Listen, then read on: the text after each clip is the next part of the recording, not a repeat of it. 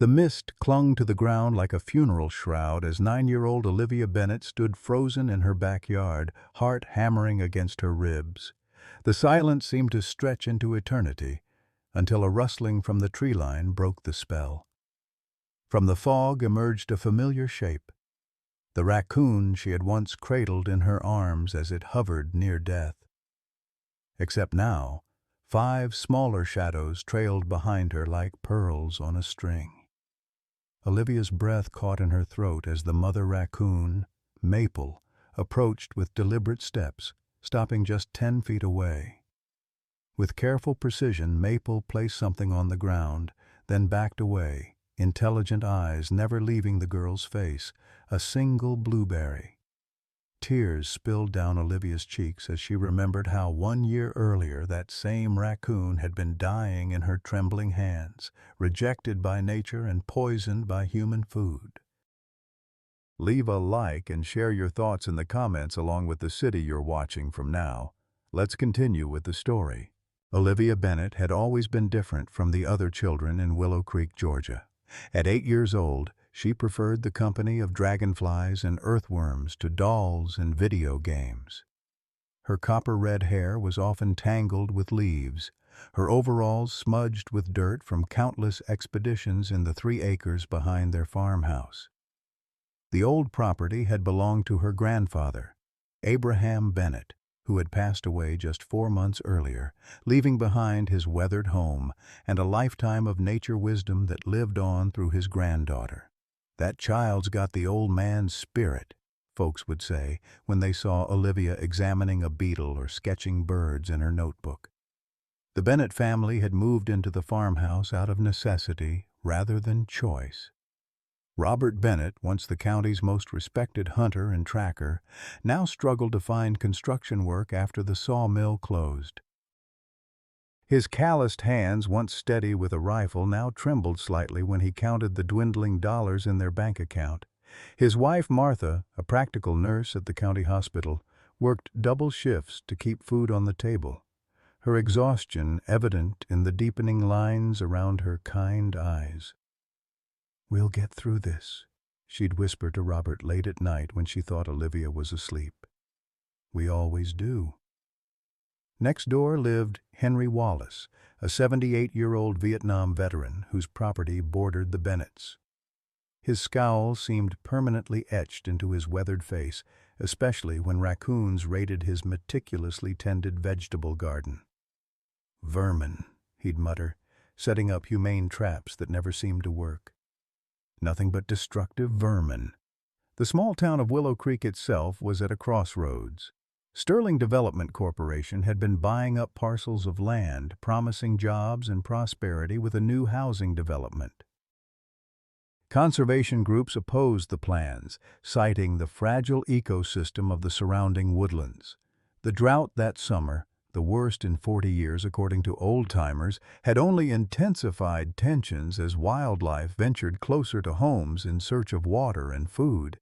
It was against this backdrop of economic anxiety and environmental dispute that Olivia found herself increasingly drawn to her grandfather's tool shed, where she'd set up a small sanctuary. Her mother had given her the space reluctantly. "Just don't bring anything in the house," Martha had warned. "And nothing dangerous, Olivia Jane. I mean it."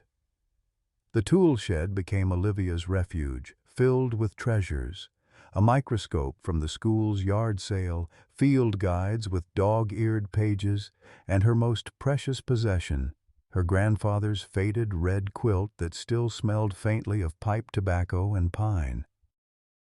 It was where she retreated when the arguments about money grew too loud or when the emptiness left by her grandfather became too vast to bear. Little did the Bennet family know that this humble tool shed would soon become the center of a controversy that would divide their town and change their lives forever. The morning that changed everything began like any other summer day in Willow Creek.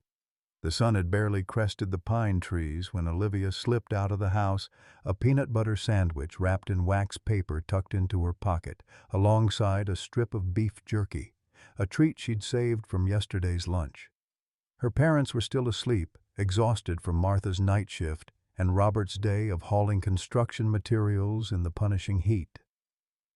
Olivia's bare feet collected dew as she crossed the yard toward her sanctuary. She had plans to catalog the different spiders that had taken up residence in the corners of the tool shed, a project her grandfather had started but never finished. The leather-bound journal he'd given her for this purpose was already half filled with her careful drawings and observations. "Morning, Mr. Robin," she whispered to the bird perched on the clothesline. "Worms should be nice and close to the surface today." As she approached the tool shed, something unusual caught her eye, a dark shape huddled against the weathered boards. At first, she thought it might be a garbage bag blown in by the wind, but then it moved ever so slightly. Olivia froze, her heart suddenly pounding. The shape resolved itself into a raccoon, its distinctive masked face barely lifting at her approach. Even to Olivia's untrained eye, something was terribly wrong. The animal's fur was matted and dull, lacking the healthy sheen she'd observed in the raccoons that occasionally raided their trash cans. Its breathing seemed labored, and most alarmingly, its swollen belly suggested it was pregnant. "Oh," Olivia breathed, dropping to her knees a safe distance away. "You're going to be a mama!" The raccoon made no attempt to flee, which worried Olivia even more. She'd learned from her grandfather that wild animals that didn't run from humans were often too sick or injured to move. Careful to maintain her distance, she pulled out her sandwich and tore off a small piece of crust. "Are you hungry?" she asked softly, placing it on the ground and backing away. The raccoon's nose twitched, but it made no move toward the food. Instead, it let out a pitiful sound somewhere between a whimper and a chirp. Olivia bit her lip, torn between her mother's warnings about wild animals and her desperate desire to help. Making a decision, she pulled out the beef jerky. The strong smell seemed to rouse the raccoon, whose eyes focused more intently. With trembling hands, Olivia tore off a small piece and placed it closer to the animal. This time, the raccoon stretched its neck and grabbed the jerky, chewing weakly but determinedly. Encouraged, Olivia tore off another piece and another until the entire strip was gone. "I'll call you Maple," she decided, noting the reddish tinge to its fur, "because you're the color of maple syrup on pancakes." Over the next hour, Olivia made several trips to the house for water, which she poured into an old plastic container. Maple drank thirstily, confirming Olivia's suspicion that the animal was severely dehydrated. With each trip, Olivia grew bolder, moving closer to the raccoon, who seemed too weak to object to her presence.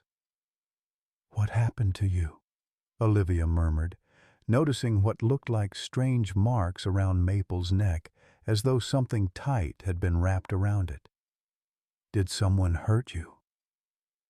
By mid-morning, the summer heat had intensified, and Olivia knew she needed to move Maple into the shade.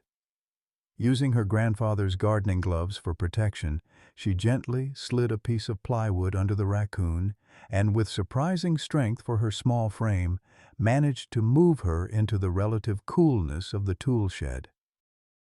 Once inside, Olivia arranged her grandfather's quilt into a nest in the corner, carefully transferring Maple onto it. The raccoon curled up immediately, seemingly relieved to be on something soft. Olivia felt a surge of satisfaction seeing the creature's breathing become slightly less labored. Her triumph was short-lived. The screen door of the house slammed and her mother's voice rang out across the yard. "Olivia Jane Bennett, where are you, young lady?" Panic flooded through her. She wasn't supposed to touch wild animals. Her mother had been explicitly clear about that. But she couldn't abandon Maple now. Taking a deep breath, Olivia stepped out of the shed and closed the door behind her. "I'm here, Mom," she called, trying to sound casual. Martha Bennett stood on the back porch, hands on her hips, her nurse's scrubs wrinkled from her night shift. "What are you doing out here so early?" "And where's your breakfast?" "Just looking at spiders," Olivia replied, which wasn't entirely a lie. "I had a sandwich." Martha's eyes narrowed slightly. After raising a child like Olivia for 8 years, she had developed a sixth sense for mischief. "Well, come inside and put some shoes on. It's going to be scorching today. Can I stay out a little longer, please?" 15 minutes, Martha conceded with a sigh. Then shoes and sunscreen. As her mother turned to go back inside, Olivia released the breath she'd been holding. She had 15 minutes to figure out what to do with a sick, pregnant raccoon, a problem far beyond her childish expertise. Returning to the shed, she found Maple in the same position, eyes half closed. On impulse, Olivia pulled out her grandfather's field guide to North American mammals and flipped to the section on raccoons. The information was interesting but not immediately helpful. Raccoons were omnivores, it said, eating everything from fruits and nuts to insects and small animals. They were highly adaptable and intelligent, capable of solving complex problems. "But you're sick," Olivia whispered to Maple, "and I don't know how to help you." When her 15 minutes were up, Olivia reluctantly left the shed, making sure to leave water within Maple's reach.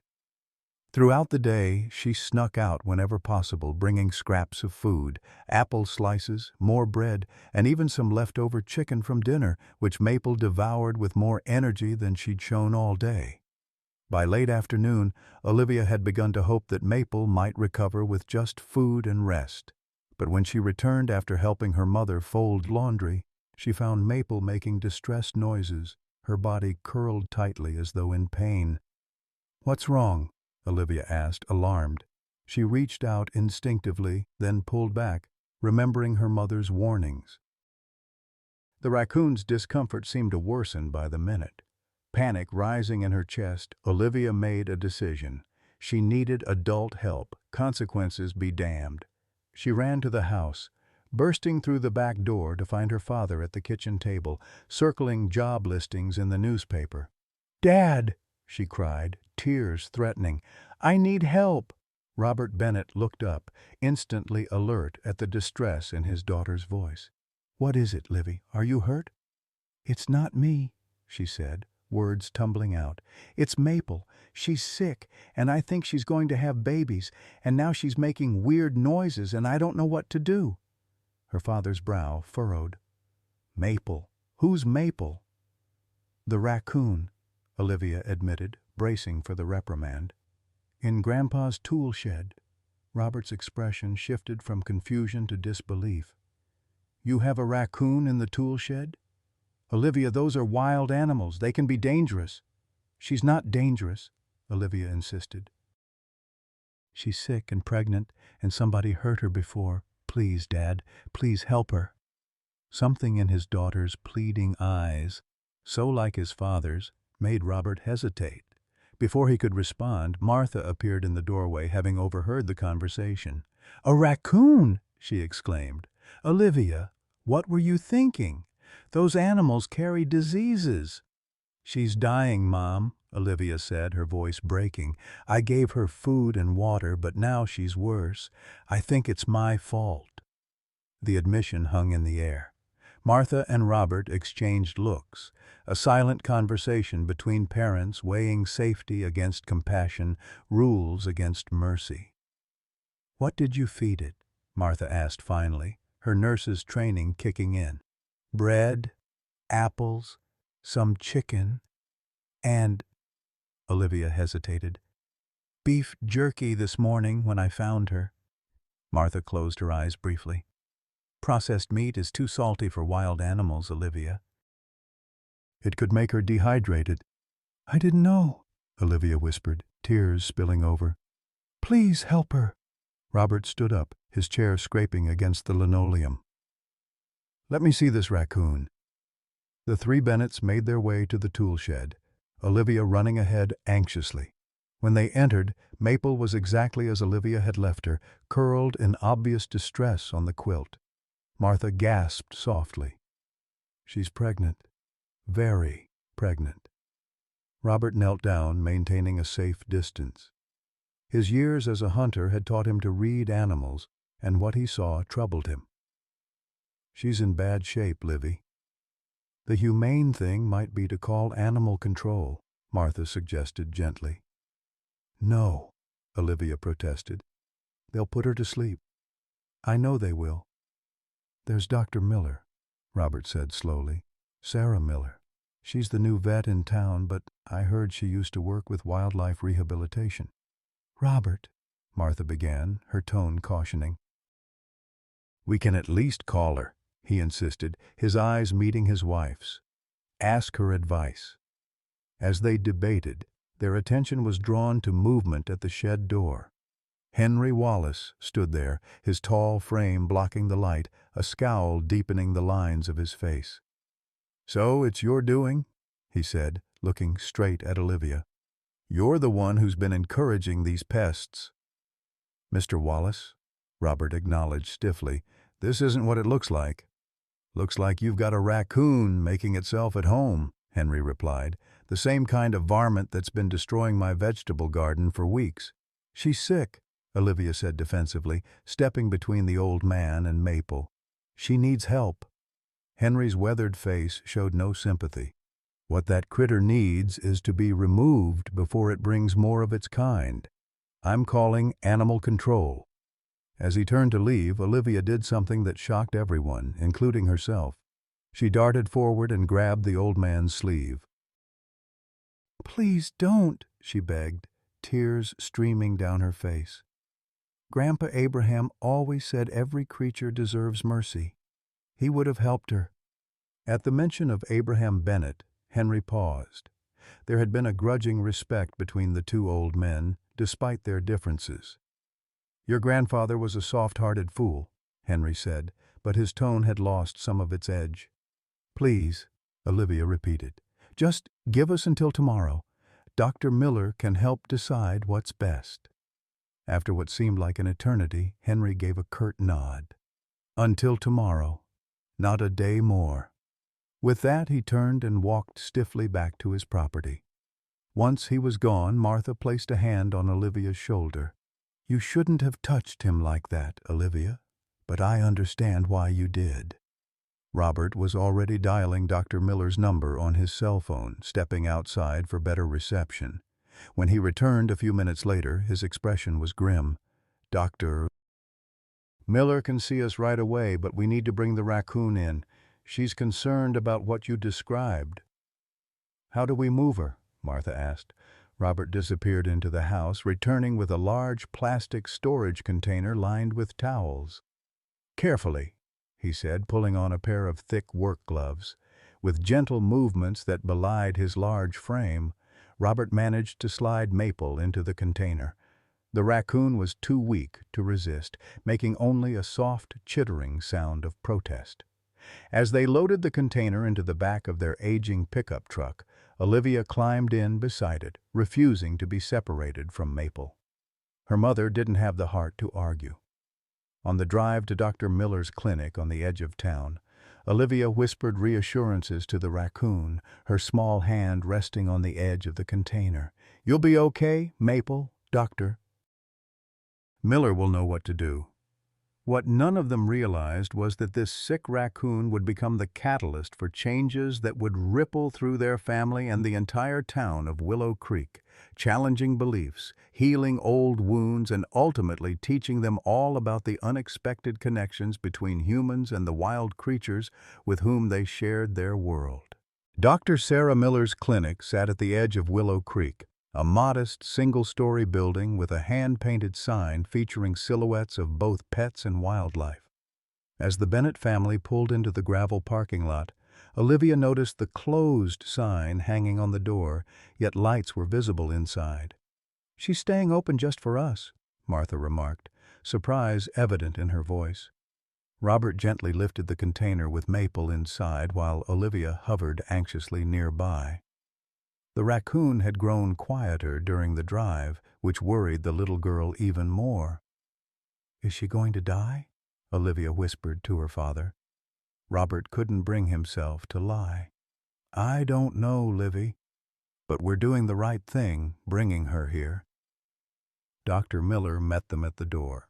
A tall woman in her mid-30s with practical short hair and kind eyes behind wire-rimmed glasses. She wore green scrubs with paw prints on them, and her calm demeanor immediately put the Bennetts at ease. "Bring her straight back to the exam room," she instructed, leading the way through the small waiting area. The walls were lined with educational posters about local wildlife, and Olivia noticed several thank you cards pinned to a bulletin board, many featuring children's drawings of animals. In the examination room, Dr. Miller efficiently prepared her space while Robert placed the container on the metal table. Maple barely stirred. "You must be Olivia," Dr. Miller said, smiling at the girl. "Your dad says you've been taking care of this raccoon today." Olivia nodded solemnly. "Her name is Maple. I found her this morning by our tool shed. She couldn't move much and she looked really thirsty." "Can you tell me exactly what you gave her to eat and drink?" Dr. Miller asked, pulling on latex gloves. As Olivia recounted the day's events, Dr. Miller carefully lifted Maple from the container. The raccoon was too weak to resist, her eyes dull and half-closed. "Beef jerky isn't ideal for raccoons," Dr. Miller explained gently, examining Maple with practiced hands. "It's too salty and has preservatives that can be hard on their systems." "I didn't know," Olivia said, her voice small. "Did I make her sicker?" Dr. Miller's expression softened. "You were trying to help, and you got her to us. That's what matters now." The examination continued in tense silence. Dr. Miller checked Maple's eyes, ears, and mouth, palpated her swollen abdomen, and took her temperature. Finally, she straightened up with a sigh. "She's definitely pregnant. I'd say very close to delivering. She's severely dehydrated and malnourished. And—" Dr. Miller gently turned Maple's head to show the Bennetts the ring of a braided fur around her neck. "She has marks consistent with having worn a collar. I believe she was kept as an illegal pet and either escaped or was released when her pregnancy became apparent." Martha gasped softly. "Who would do such a thing?" "Unfortunately, it happens more often than you'd think," Dr. Miller replied, preparing an IV line. "People think baby raccoons are cute, but they don't understand the commitment or legality of keeping wildlife." "So she's not a wild raccoon?" Robert asked, brow furrowed. "She is and she isn't," Dr. Miller explained, inserting the IV with practiced ease. "Raccoons that have been kept as pets often can't readjust to the wild. They've lost their natural fear of humans and haven't learned critical survival skills." Olivia moved closer, watching as clear fluid began flowing into Maple's body. "Is that why she let me help her? Because she's used to people?" "Partly that, and partly because she was too sick and desperate to run away," Dr. Miller said. "The good news is, she's young and was probably born wild before someone captured her. With proper care, she might be able to return to a semi-wild state." "But what about her babies?" Olivia asked anxiously. Dr. Miller's face grew more serious. "That's my immediate concern. She's showing signs of distress that suggest she might be going into premature labor. The dehydration and poor nutrition have taken a toll." "What can we do?" Robert asked, placing a protective hand on Olivia's shoulder. "I'm going to keep her here overnight on fluids and proper nutrition. If she goes into labor, I'll be here to help." Dr. Miller glanced at Olivia's worried face. "She's in the best possible place now." Martha stepped forward. "Dr. Miller, I should mention, we're in a bit of a tight spot financially right now. Robert was laid off from the sawmill and I'm working extra shifts, but—" Dr. Miller held up a hand. "Let's focus on helping Maple right now. We can discuss the finances later." Relief washed over Olivia's face, but her parents exchanged concerned glances. They knew discussing later usually meant a bill they couldn't afford. "Can I stay with her?" Olivia pleaded. Dr. Miller smiled kindly. It's going to be a long night, and Maple needs quiet and medical care. How about you go home and get some rest, and I'll call your parents with any news." Disappointment was evident in Olivia's slumped shoulders, but she nodded reluctantly. As they prepared to leave, Dr. Miller handed Olivia a pamphlet titled "Wildlife of Georgia, Our Raccoon Neighbors." "Read this tonight," she suggested. "The more you know about raccoons, the better you'll be able to help Maple and her kits when the time comes." The drive home was quiet, each Bennett lost in thought. As they pulled into their driveway, they were surprised to see Henry Wallace sitting on their porch steps, his ancient hunting rifle leaning against the railing beside him. "What now?" Martha murmured, tension evident in her voice. Robert parked and approached the old man cautiously. "Evening, Henry. Something we can help you with?" Henry stood with some effort, his knees audibly creaking. "Came to find out what the vet said about that raccoon." Before her parents could answer, Olivia rushed forward. "Her name is Maple, and she's going to have babies. Dr. Miller is keeping her overnight on an IV because she's dehydrated." She carefully pronounced the medical term she'd just learned. Henry's bushy eyebrows rose slightly. "That's so. And who's paying for this raccoon maternity ward?" Martha stepped forward, placing a protective hand on Olivia's shoulder. "We'll manage, Henry. It's our concern, not yours." Henry studied the family for a moment. "Abraham told me once that his granddaughter had his heart. Guess he was right about that." His weathered hand reached into his pocket and pulled out a folded check. "This should cover the vet bill." Robert stared at the offered check in astonishment. "Henry, we can't accept—" "Wasn't asking permission," Henry cut him off gruffly. "Consider it payment." "Payment for what?" Martha asked, bewildered. Henry nodded toward the woods that bordered both their properties. "For keeping those critters away from my tomatoes. If you're rehabilitating one, might as well do it right so it doesn't come back ruining my garden." With that, he thrust the check into Robert's hand, picked up his rifle, and turned to leave. At the edge of the yard, he paused and looked back at Olivia.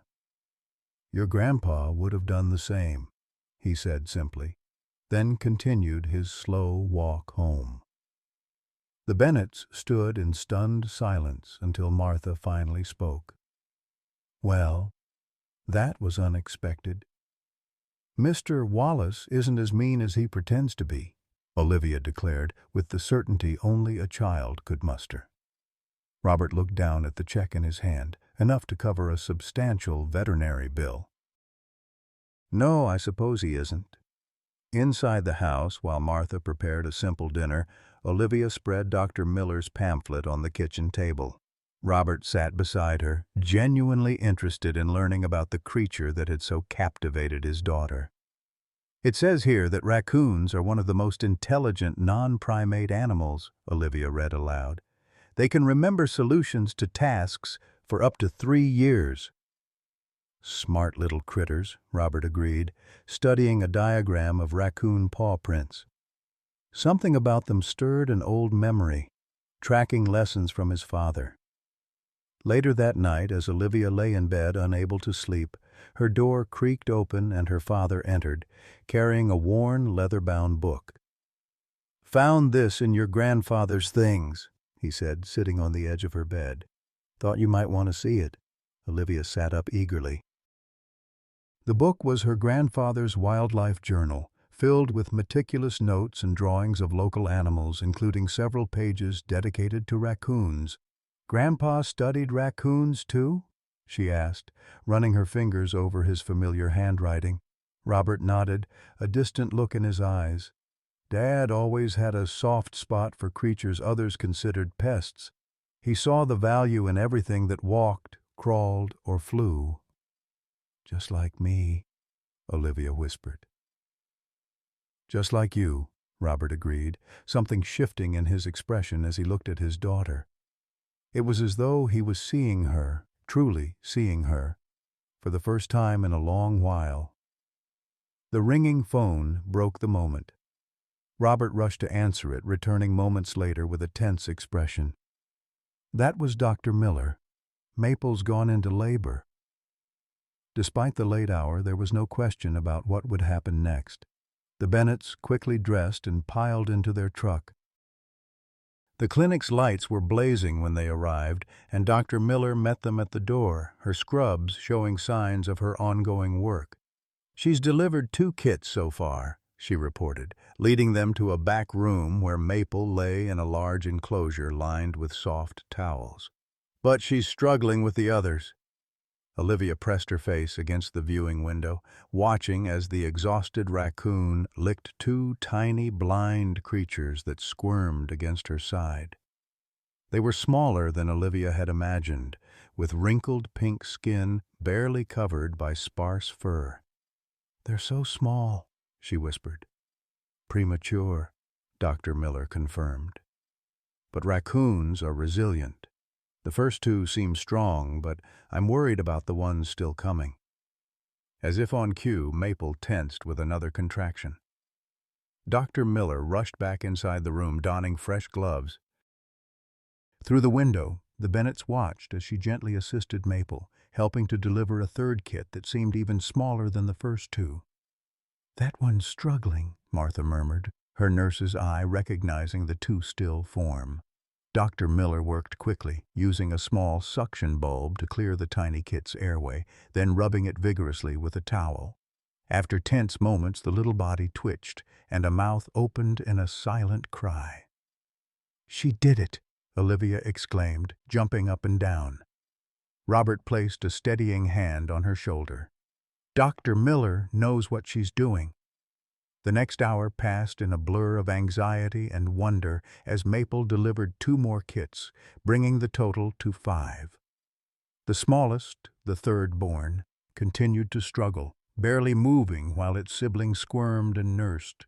Dr. Miller emerged from the room, exhaustion evident in the slump of her shoulders. "Maple's done well considering her condition." 5 kits total, though the smallest one is very weak. "Will it survive?" Olivia asked, her voice trembling. Dr. Miller knelt to meet Olivia's eyes. "I don't know, honey. Sometimes nature makes these decisions for us." "No," Olivia said firmly, surprising the adults with her vehemence. "Grandpa always said everything deserves a fighting chance." The conviction in her young voice hung in the air. Dr. Miller studied her for a moment, then nodded. "You're right. We'll do everything we can." She allowed Olivia to enter the room, instructing her to wash her hands thoroughly and move slowly. Approaching the enclosure, Olivia knelt beside Maple, who regarded her with exhausted but alert eyes. "You did good, Maple," Olivia whispered. "You're a mama now." Her attention turned to the smallest kit, barely moving at the edge of the huddle. Without asking permission, Olivia reached into the enclosure and gently stroked the tiny creature with one finger. Tears fell from her eyes onto its still form as she whispered, "Don't give up. Please don't give up." Whether it was the warmth of her touch or some inscrutable spark of life, the tiny kit suddenly squirmed with renewed vigor, its mouth opening in a more determined search for nourishment. Dr. Miller watched in amazement as Olivia carefully guided it toward its mother's belly. "Well, I'll be," she murmured. "Sometimes they just need a little encouragement." "I'm going to call this one Peanut," Olivia declared, watching as the tiny kit began to nurse weakly. "Because it's the smallest, like a peanut." A sound at the clinic's front door drew Dr. Miller away. She returned moments later with a surprised expression and an unexpected visitor, Henry Wallace. "Mr. Wallace," Martha said, rising from her chair in the waiting area. "What brings you here at this hour?" The old man shifted uncomfortably, his weathered hands clutching a small wicker basket lined with soft fabric. "Figured you might need something proper for those babies to sleep in," he muttered, not meeting anyone's eyes. "My Sarah, my daughter, she used this for her doll collection before she got sick." The revelation hung in the air. None of the Bennetts had known Henry had a daughter, much less one who had been ill. "That's very thoughtful," Dr. Miller said, accepting the basket. It will be perfect for the kits if we need to hand-feed them." Henry nodded curtly, then turned to leave. At the door, he paused, glancing back at the window where Olivia still knelt beside Maple's enclosure. "My Sarah loved raccoons," he said, his voice barely audible. "Had a stuffed one she carried everywhere during her treatments, called it her masked guardian." Without waiting for a response, he disappeared into the night. The pieces began to fall into place. Henry's bitterness, his solitary existence, his unexpected kindness tonight. Robert and Martha exchanged glances, a new understanding dawning. Inside the examination room, Olivia remained oblivious to the adult conversation, her entire focus on the tiny family before her. Maple's eyes were growing heavy with exhaustion, but she continued to clean and nurse her kits with devoted attention. "You're safe now," Olivia promised the raccoon mother. "All of you are safe."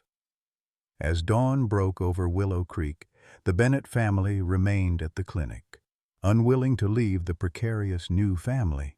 Dr. Miller had set up a cot where Olivia finally slept, her small body curled protectively toward the raccoon enclosure. Robert stood at the window, watching the sunrise paint the sky in shades of pink and gold.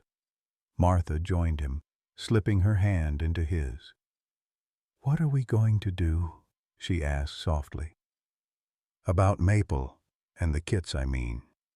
Robert was silent for a long moment. "I don't know," he admitted finally. "But looking at Livy with them, I haven't seen her this alive since Dad died."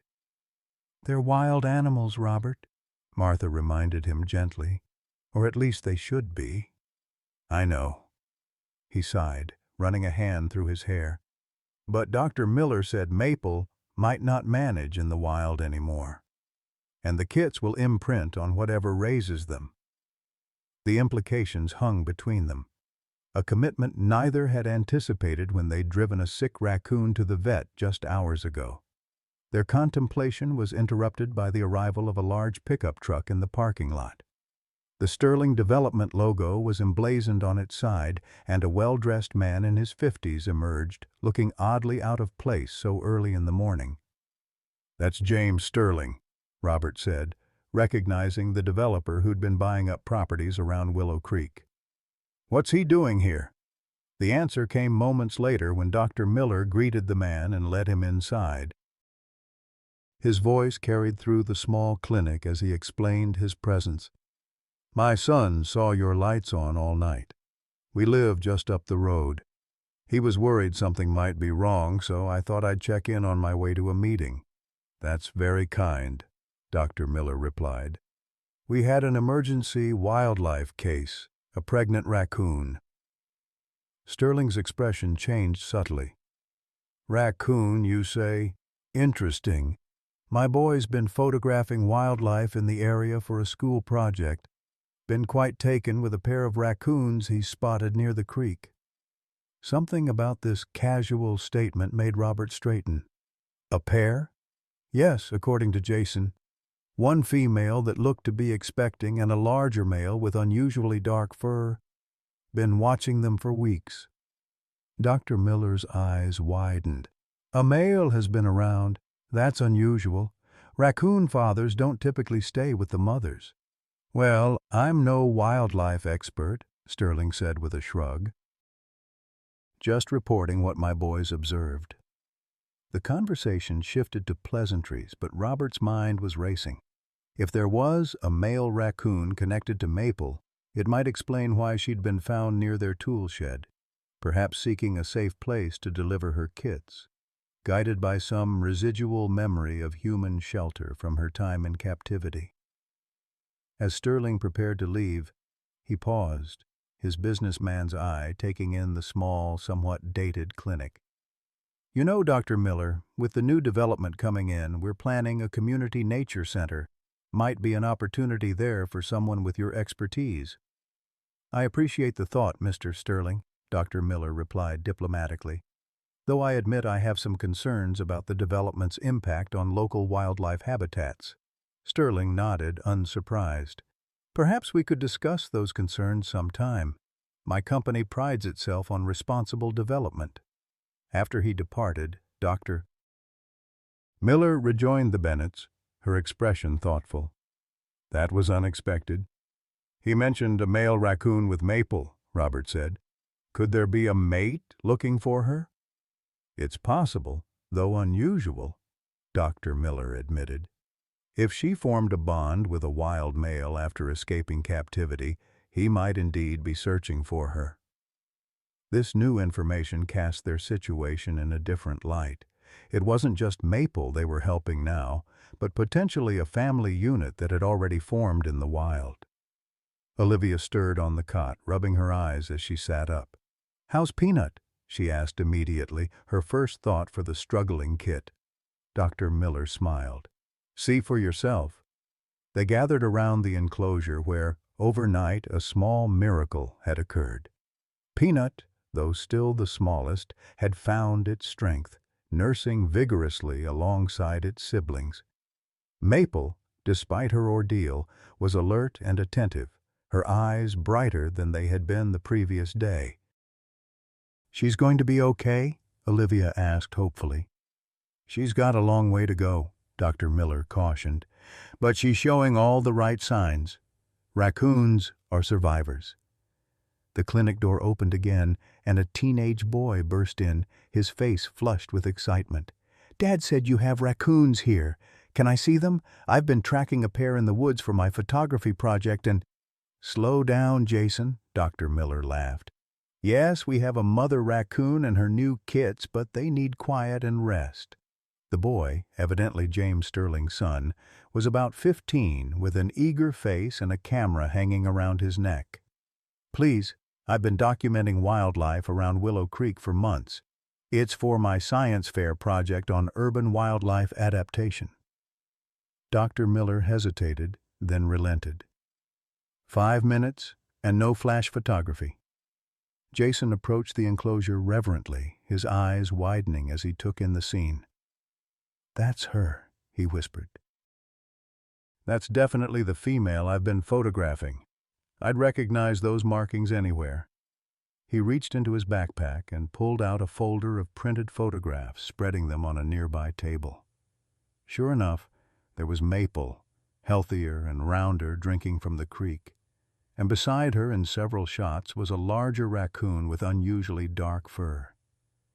"I call him Shadow," Jason explained. "He's always with her, bringing her food and standing guard while she eats. I've never seen anything like it in all my research." The photographs confirmed what Sterling had mentioned and added a new dimension to Maple's story. She wasn't just a former pet abandoned when pregnancy made her inconvenient. She was part of a bonded pair, with a mate who had been providing for her. "Shadow must be worried sick," Olivia said, looking out the window toward the distant woods. "He doesn't know where Maple went." This simple observation from a child shifted the atmosphere in the room. The adults exchanged glances, the unspoken question hanging between them. What was the right thing to do for these animals now? Dr. Miller was the first to speak. "I propose a compromise. Maple and the kits need medical care and monitoring for at least a few weeks. Once they're stable, we can assess whether rehabilitation and release might be possible." "But where would they stay during recovery?" Martha asked. "We can't keep them at our house. It's not safe or legal." "I have a wildlife rehabilitation permit," Dr. Miller explained. "Normally I'd keep them here, but with 5 kits and a mother recovering from captivity, they'll need more space and specialized care." Robert cleared his throat. "What about my father's tool shed? It's already where Maple sought shelter. With some modifications, it could work as a recovery space. And it's far enough from the house to reduce contact." The suggestion hung in the air, its implications clear. The Bennets would be taking on significant responsibility if they agreed to this arrangement. "I could help," Jason offered unexpectedly. "I've been studying raccoons for months. I could document their recovery for my project and help with their care. And I'll provide medical supervision and any necessary treatments," Dr. Miller added. All eyes turned to Martha, whose practical concerns about finances and safety had been overridden by events, but not forgotten. It would only be temporary, Dr. Miller assured her, until they're strong enough for the next step. Martha looked at her daughter's hopeful face, then at the tiny family in the enclosure. Her expression softened as she watched Peanut, against all odds, continuing to fight for life. Abraham always said that once you save a life, you're responsible for it, she said quietly. I suppose that goes for raccoon lives, too. Her consent, reluctant though it was, sealed their fate. The Bennett family had just become temporary guardians to a raccoon mother and her 5 kids, setting in motion changes none of them could have anticipated when Olivia first discovered a sick animal by their tool shed. As they prepared to transport Maple and her newborns to their temporary home, news of Sterling Development's plans to begin clearing the woods at the edge of town in 30 days cast a shadow over their triumph. The clock was now ticking not just for Maple's recovery, but for the entire ecosystem she called home. Transforming Abraham Bennett's old tool shed into a suitable habitat for a raccoon family proved more challenging than the Bennetts had anticipated. The weekend following Maple's delivery found Robert reinforcing the structure's walls and installing a small window for better light and ventilation. Martha, despite her initial reservations, threw herself into researching proper raccoon nutrition, printing out detailed feeding schedules that now hung from a clipboard beside the door. No more beef jerky, she reminded Olivia, who nodded solemnly. The lesson about proper wildlife diet had been deeply learned. Dr. Miller had provided a list of appropriate foods: fresh fruits, nuts, eggs, and specially formulated wildlife formula for Maple, who needed extra nutrition while nursing. Henry Wallace, continuing his unexpected transformation from neighborhood curmudgeon to raccoon advocate, contributed vegetables from his garden, the very produce he had once protected so fiercely from wild foragers. Might as well feed them properly here so they don't come stealing from me later, he grumbled, though the twinkle in his eyes betrayed his growing fondness for the project. The most significant contribution came in the form of Abraham's red quilt, which Olivia insisted remain as Maple's nesting material. She recognizes it now, the little girl explained. It makes her feel safe. By the end of the week, the tool shed had been divided into 2 sections, a secure, comfortable recovery area where Maple and her kits could nest undisturbed, and an observation space where Olivia and Jason Sterling could monitor the family's progress without causing stress. Jason had become a fixture at the Bennett property, arriving each afternoon after school with his camera and notebook. His scientific approach complemented Olivia's emotional investment, and the two had formed an unlikely friendship despite their 7-year age difference. The kit's eyes will open around day 20, Jason explained to Olivia as they watched Maple nursing her babies. And look at Peanut, he's already gained weight. The smallest kit, initially so fragile, was indeed growing stronger each day. Olivia beamed with pride whenever Dr. Miller noted his progress during her twice-weekly checkups. He's a fighter, the veterinarian remarked, just like someone else I know. She winked at Olivia, who blushed with pleasure at the comparison. While the raccoon family thrived under their care, the Bennetts faced more complex human challenges. Financial strain continued to weigh heavily on Robert and Martha, even with Henry's contribution toward the initial veterinary bill. Robert's job search remained frustrating, with few opportunities in the struggling local economy. There's always work with Sterling Development, Martha suggested one evening as they reviewed their dwindling savings. They're hiring construction workers for the new project. Robert's jaw tightened. The same project that's going to destroy 30 acres of woodland. I can't be part of that, Martha. We need income, Robert, she replied gently. Pride doesn't pay the mortgage. The conversation ended there, but the underlying tension remained, another problem without an easy solution. Meanwhile, Olivia had taken her raccoon education to school, where her second-grade teacher, Ms. Winters, allowed her to give a presentation about wildlife rehabilitation. She brought Abraham's journal, Dr. Miller's pamphlets, and Jason's photographs, speaking with such passion that even the rowdiest boys in class sat spellbound. "Raccoons aren't just trash bandits," she explained earnestly. "They're really smart. They can remember how to solve problems for years, and they're good moms, too." Maple takes care of all 5 of her babies, even though she was really sick. Word of the Bennett family's raccoon rescue spread quickly through Willow Creek Elementary and beyond. Some parents called with concerns about disease. Others offered to donate supplies or volunteer time. By the 3rd week, the local newspaper had caught wind of the story, sending a reporter and photographer to document what they called the Raccoon Refuge. The article, while mostly positive, inadvertently thrust the Bennetts into the center of the growing debate over Sterling Development's planned clearing of the woodland. Quotes from Dr. Miller about habitat loss were juxtaposed with James Sterling's assurances about responsible development, creating the impression of a direct conflict. "We've become the poster family for the anti-development crowd," Martha sighed, reading the paper at breakfast. "That wasn't my intention when I agreed to help one sick raccoon." "Is that bad?" Olivia asked, looking up from her cereal. "Don't we want to save the woods where Shadow lives?" Robert and Martha exchanged glances, unsure how to explain the complexities of economics, property rights, and environmental concerns to an 8-year-old. "It's complicated, sweetheart," Robert finally said. "Mr. Sterling owns that land legally, and the development will bring jobs the town needs."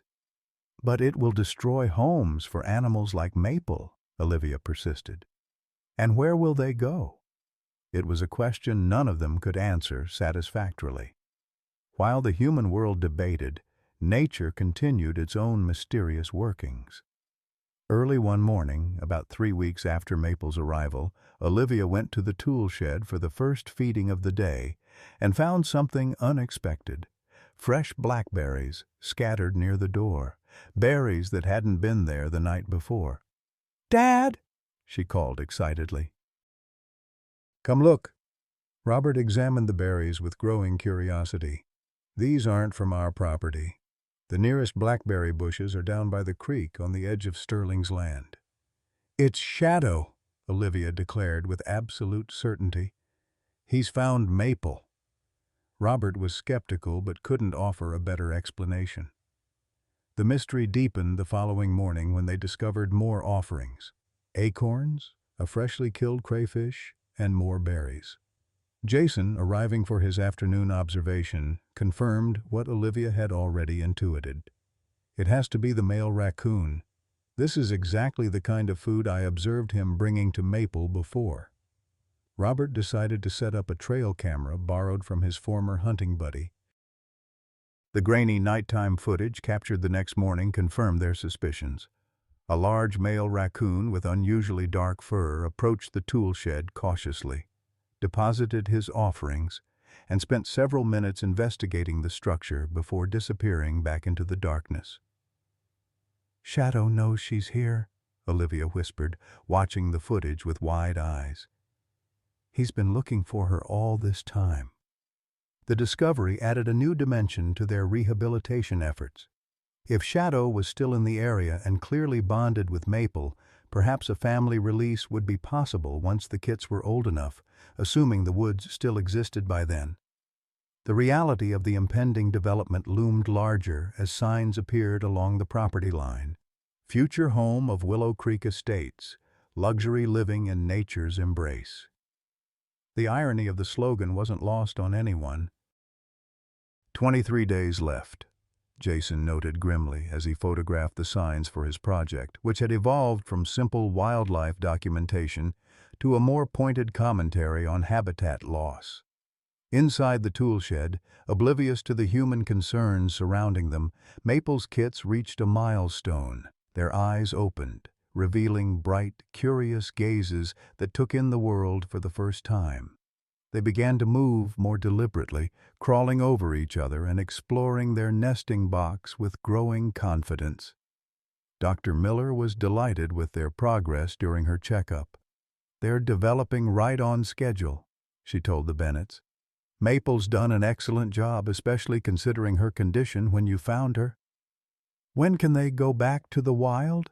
Olivia asked, the question that had been on everyone's mind. Dr. Miller's expression grew more serious. "Normally, I'd say another 7 to 8 weeks. Raccoon kits need to learn survival skills from their mother before they can manage independently. But with the clearing scheduled," she didn't need to finish the thought. They were in a race against time, trying to prepare the raccoon family for release before their potential habitat was destroyed. The situation called for more intentional rehabilitation strategies. Under Dr. Miller's guidance, they began modifying the toolshed to create more natural learning opportunities for the growing kits. Robert built climbing structures from branches and logs. Martha researched ways to present food that would encourage foraging behaviors rather than dependence on human handouts. "We need to minimize human contact from now on," Dr. Miller instructed.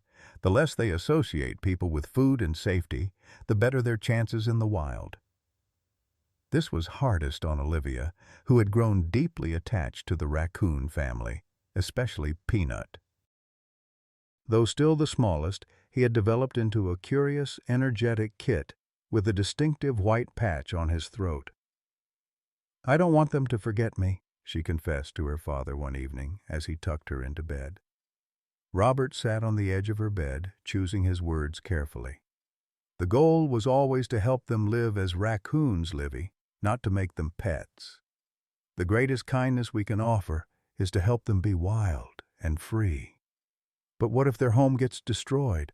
What if Shadow can't find them after we release them?" These were questions Robert couldn't answer honestly without frightening his daughter. Instead, he reached for Abraham's journal on her nightstand.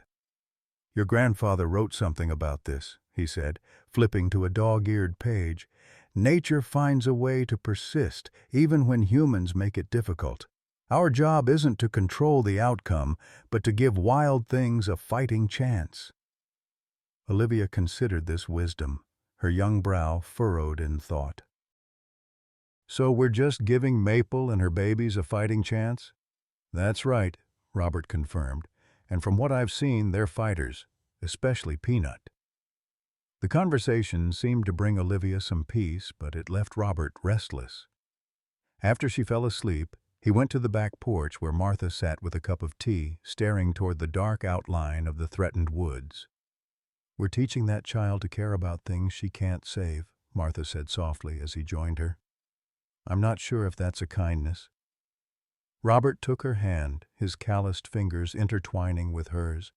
"Dad used to say that caring about lost causes is what makes us human. Besides, who says this cause is lost?" Martha gave him a skeptical look. "Robert, we're one family trying to rehabilitate one raccoon family while 30 acres of woodland is about to be bulldozed. If that's not a lost cause, I don't know what is." "Maybe," he conceded. "But something's happening in this town because of Maple and those kits. People are paying attention. Henry Wallace is growing vegetables for wildlife, for heaven's sake. If you'd told me that a month ago, I'd have said you were crazy." Martha couldn't help but smile at that. Henry had indeed undergone a remarkable transformation, showing up daily with fresh produce and staying to help with maintenance on the tool shed.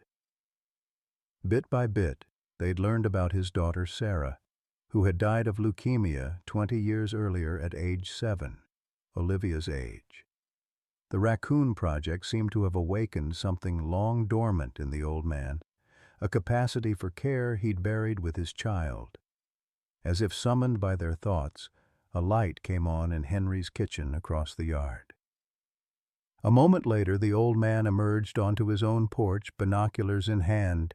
He'd taken to night watching, tracking Shadow's comings and goings with the dedication of a seasoned naturalist. Robert raised a hand in greeting, and Henry nodded back, their silent communication conveying mutual respect that had been absent just weeks ago. Inside the tool shed, visible through the small window Robert had installed, Maple was teaching her own lessons to her growing kids.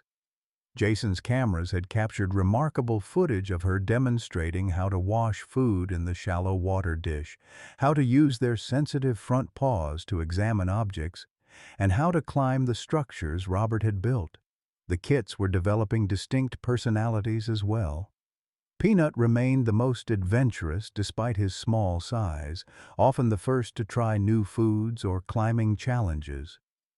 Two of his siblings, dubbed the twins by Olivia because of their nearly identical markings, preferred to do everything together. Another, nicknamed Boss for his tendency to take charge, often led expeditions around their enclosure.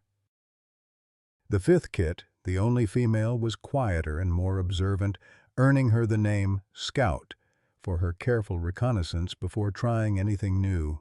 Their development was a daily miracle that united the unlikely alliance of people now invested in their welfare: the Bennett family, Dr. Miller, Henry Wallace, and Jason Sterling. Even James Sterling himself had stopped by once, ostensibly to check on his son's project, but clearly intrigued by the raccoons that had become local celebrities. "Fascinating creatures," he'd remarked, watching Maple demonstrate food washing to her attentive kits. "More intelligent than I realized." The comment might have seemed insignificant, but Robert had caught the thoughtful expression on the developer's face as he studied the Raccoon family. Was it possible that even Sterling might be affected by witnessing these animals' lives up close? As the days passed, Maple grew stronger and more confident. The ring of a braided fur around her neck began to heal, and her coat regained its healthy sheen. Dr. Miller reduced her visits to once weekly, pleased with the family's progress. "She's remembering how to be wild," the veterinarian observed during her checkup in the 4th week. "See how she's showing more caution around us now? That's exactly what we want." Indeed, Maple had begun keeping her distance from humans, watching them warily while protecting her kits. Only Olivia could still approach somewhat closely, and even then, Maple would chittle a warning if she came too near the babies. "She doesn't love me anymore," Olivia said one afternoon, trying to hide her hurt feelings. "That's not true," Jason explained, showing wisdom beyond his 15 years. "She's just being a good wild mother, teaching her babies to be careful around humans." It's actually a good sign. While the Raccoon family's rehabilitation progressed smoothly, the clock continued ticking on the woodland's fate. Sterling Development had begun preliminary surveys, marking trees and setting stakes along planned roadways. The sound of distant chainsaws sometimes carried on the wind, not yet on Sterling's property, but close enough to serve as an ominous reminder. The situation took an unexpected turn when Jason's wildlife project was selected as a finalist in the regional science fair. His detailed documentation of Maple's family, combined with research on habitat loss, had impressed the judges. The local newspaper ran another story, this one featuring Jason's powerful before and after photographs. Maple near death when first found versus the healthy mother she had become, alongside sobering images of recently cleared woodland elsewhere in the county. "Your son's quite the environmental advocate," Robert commented when he ran into James Sterling at the hardware store. Sterling smiled tightly. "He gets that passion from his mother. Always been a nature lover, that boy." He paused, seeming to weigh his next words carefully. "He tells me your family has been instrumental in this raccoon rehabilitation. That's quite a commitment you've taken on." "It's mostly my daughter's doing," Robert admitted. "She's got her grandfather's heart for wild things." "And what about you?" Sterling asked, studying Robert with unexpected intensity. "A former hunter now rehabilitating wildlife. That's quite a transformation." Robert hadn't thought about it in those terms before, but Sterling was right. Something had shifted in him over the past month, a reconnection with values his father had tried to instill that had gotten lost somewhere in the struggle to make a living. "I suppose I'm remembering what my father taught me," he said finally. "That we have a responsibility to the land and everything that lives on it." Sterling nodded thoughtfully. "My father was a developer too, you know. Built the first subdivisions in this county back in the 60s. He used to say that progress couldn't be stopped, but it could be shaped." He gathered his purchases, preparing to leave. "Food for thought, Bennett. Food for thought." The cryptic conversation left Robert wondering if there might be more flexibility in Sterling's plans than the community had assumed. Could the developer be open to compromise? It seemed unlikely, given the investment already made, but the seed of hope had been planted. This hope was tested the following week when heavy machinery appeared at the edge of Sterling's property. Not bulldozers yet, but equipment for clearing survey lines and creating access roads. The development was moving forward according to schedule, regardless of Raccoon rehabilitation timelines or community concerns. The reality check prompted Dr. Miller to call a meeting at the Bennett home to discuss contingency plans.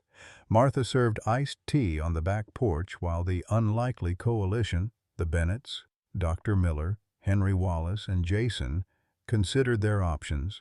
"The kits are progressing well, but they're still too young for release," Dr. Miller explained. "Ideally, they need another month of maternal care and instruction before they can manage independently." "But the clearing starts in 15 days, Jason reminded them, his expression grim. "And Shadow's territory is right in the middle of the first phase." "Can't they be relocated?" Martha asked. "Surely there are other woodlands in the county." Dr. Miller shook her head. "Raccoons are highly territorial and have strong homing instincts. Maple might try to return to familiar territory, especially with Shadow's presence there. And relocated raccoons often don't survive the transition." The discussion continued in circles, each option presenting new complications. Release them too early, and the kits might not survive. Wait too long, and their habitat would be destroyed. Relocate them, and they might try to return through dangerous terrain or not adapt to new territory. Olivia, who had been quietly listening from the steps, finally spoke up. "What if we could get Mr. Sterling to save just the part of the woods where Shadow lives? Not all of it, just some." The adults exchanged glances, reluctant to dismiss the child's suggestion outright, but knowing the economic realities at play. "That's a nice thought, Livy," Robert said gently. "But Mr. Sterling has invested a lot of money in his plans. Changing them now would cost him." "But has anyone actually asked him?" Olivia persisted. "Maybe he'd care if he knew about Shadow and Maple's family." From the mouths of babes, Robert thought, realizing his daughter had identified the most direct approach, one they hadn't even attempted. "The girl's got a point," Henry said unexpectedly. "Sterling's not unreasonable. His company built the new senior center last year when nobody else would fund it." Jason nodded eagerly. "My dad does listen sometimes, especially when it's presented as a reasonable compromise instead of all or nothing." Dr. Miller tapped her fingers thoughtfully against her glass. "What if we proposed a wildlife corridor, a strip of preserved woodland connecting to the larger forest beyond Sterling's property? It wouldn't save all the habitat, but it might provide enough protected space for Maple's family and others." The suggestion energized the group. A wildlife corridor was a concrete proposal that acknowledged both development needs and conservation concerns, a middle path that might appeal to Sterling's business sense as well as the environmental interests his son had mentioned. "It could even be a selling point for the development," Martha suggested. "Luxury homes with protected wildlife viewing opportunities has a nice ring to it." Robert found himself smiling at his wife's practical marketing approach. "So, we make this about mutual benefit, not opposition." "Exactly," Dr. Miller agreed. "But we'll need more than just us to make the case. We need the community behind this idea." Henry cleared his throat. Town council meetings next Tuesday, public comment period at the beginning. If we had enough folks show up supporting this wildlife corridor idea, the plan began taking shape. Gather support throughout the community, prepare a concise, reasonable proposal focusing on mutual benefits, and present it publicly at the town council meeting where Sterling would be in attendance. It wasn't a guaranteed solution, but it offered a path forward that had been missing before. As the meeting concluded, a commotion from the direction of the tool shed caught their attention. Jason, who had been monitoring the trail camera feed on his laptop, called out in excitement, "Shadow's here, and it's daylight!" They hurried to the observation window to witness an extraordinary sight. The male raccoon, usually so cautious about approaching during daylight hours, was clearly visible at the edge of the property. He sat upright on his hind legs, front paws working methodically on something he'd brought, a large freshwater mussel from the creek, which he was carefully opening. More remarkable still was Maple's response. Though separated by the enclosure, she mirrored his posture on the inside, front paws pressed against the wire as she watched his movements. The kits clustered around her, their attention riveted on the unfamiliar male. "He's showing them how to open mussels," Jason whispered, filming the interaction. "This is incredible. It's like he's teaching from a distance." "Or trying to prove himself as a provider," Dr. Miller suggested. "Many animals demonstrate resource acquisition as part of mating behaviors." Whatever the motivation, the scene crystallized what was at stake. Not just individual animals, but a complex family system with its own intelligence, communication, and social bonds. Shadow hadn't abandoned his mate despite their separation. He had persisted, adapted, and found ways to maintain connection. As they watched this small miracle unfold, Robert felt a renewed sense of purpose. They weren't just saving one raccoon family anymore. They were fighting for something larger, the recognition that humans shared this landscape with countless other lives deserving of consideration and space. The pathway forward wouldn't be easy, but in that moment, with Shadow demonstrating his determination and adaptability, it seemed possible that nature, with a little human help, might indeed find a way to persist. The Willow Creek Town Hall stood at the center of Main Street, a stately brick building that had witnessed generations of community decisions. On the evening of the council meeting, its parking lot overflowed, forcing latecomers to park along side streets and walk through the unseasonably warm May evening. Inside, the council chambers buzzed with a crowd not seen since the contentious vote on the new high school gymnasium 3 years prior. Robert Bennett tugged uncomfortably at his tie, the same one he'd worn to his father's funeral, as he scanned the packed room. Martha sat beside him, reviewing the notes for the presentation they'd spent days preparing. Olivia, dressed in her Sunday best, clutched a folder containing Jason's most compelling photographs of Maple's family. Dr. Miller and Henry Wallace had positioned themselves strategically near the podium, ready to lend their professional and historical perspectives to the wildlife corridor proposal.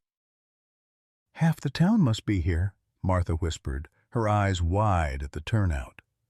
Robert nodded, equally surprised. What had begun as a small family's effort to save one raccoon had somehow catalyzed broader community interest. Flyers about the wildlife corridor proposal had appeared in shop windows. The local paper had run an editorial supporting the concept. Even the elementary school had gotten involved, with Miss Stoy Winters organizing her students to create posters depicting the wildlife that would benefit from the preserved space. At the front of the room, behind a polished wooden dais, sat the 5 members of the town council, their expressions ranging from curious to impatient. Mayor Eleanor Gladwell, a retired schoolteacher with a no-nonsense approach to governance, called the meeting to order with 3 sharp raps of her gavel.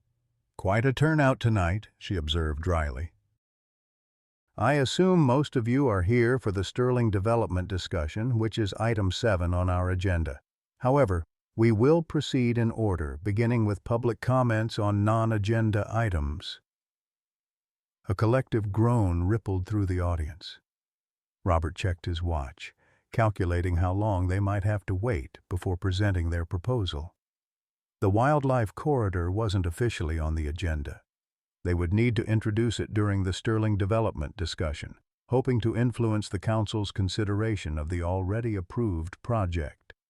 As the meeting progressed through routine matters, a variance for Mrs. Henderson's garden shed, funding for new playground equipment, a dispute about downtown parking, Robert found his attention drawn to James Sterling, who sat in the front row flanked by architects and legal counsel. The developer appeared relaxed, occasionally consulting documents or whispering to his team. His son Jason sat nearby, not with the development team, but positioned with the Bennett family, his loyalty clearly declared. Finally, after what seemed like hours, Mayor Gladwell announced, "Item 7, update on the Willow Creek Estates development project. Mr. Sterling, you have the floor." James Sterling approached the podium with the confidence of a man accustomed to such presentations. His silver hair caught the fluorescent light as he arranged his materials, then smiled at the council members. "Thank you, Mayor Gladwell, distinguished council members. I'm pleased to report that Willow Creek Estates is proceeding on schedule. Our team has completed the preliminary surveys and marked the initial clearing zones. Equipment is in place, and we anticipate beginning site preparation next Monday." He clicked a remote, and a detailed site plan appeared on the projection screen behind him. As you can see, Phase 1 includes 65 single-family homes on generous lots, with construction of the community clubhouse and pool to begin once the access roads are established. The presentation continued with Sterling highlighting the economic benefits: construction jobs, increased tax base, and amenities that would attract new residents to Willow Creek. His delivery was smooth and practiced, the narrative compelling. Even Robert, who had come to oppose the project, found himself understanding its appeal for a town struggling economically. "In conclusion," Sterling said, after outlining the 18-month construction timeline, "Willow Creek Estates represents a significant investment in this community's future. We're not just building homes, we're creating a neighborhood that will enhance this town for generations to come. My team and I are happy to answer any questions." Mayor Gladwell nodded. "Thank you, Mr. Sterling." Council members, questions before we open to public comment? Councilman Jenkins, owner of the local hardware store, leaned forward. "These jobs you mentioned, will they be going to local contractors?" "Absolutely," Sterling assured him. "We've already reached out to several Willow Creek companies, including Bennett Construction." Robert straightened in surprise. He hadn't received any such outreach, though admittedly, his one-man operation hardly qualified as a company anymore. After several more questions about infrastructure and tax implications, Mayor Gladwell turned to the audience. "We'll now take public comments regarding the Sterling Development Project. Please keep remarks to 3 minutes. First speaker?" Robert stood, heart pounding, and made his way to the podium. The notes Martha had prepared suddenly seemed inadequate for the task ahead. He cleared his throat, acutely aware of every eye in the room upon him. "My name is Robert Bennett. My family has lived in Willow Creek for 4 generations." He paused, gathering his thoughts. "Many of you know that recently my daughter found an injured pregnant raccoon on our property. What began as an act of kindness has become something larger, a window into the lives that share our community, but often go unnoticed." He gestured toward Jason, who approached with his laptop and quickly connected it to the projection system. The screen filled with an image of Maple when first found, thin, weak, clearly suffering. "This is what we discovered," Robert continued, "a creature at death's door, carrying 5 unborn kits." Jason advanced to the next slide. Maple now, healthy and alert, surrounded by her thriving offspring. "And this is where we are today, thanks to Dr. Miller's expertise and a community that came together to help." Robert took a deep breath.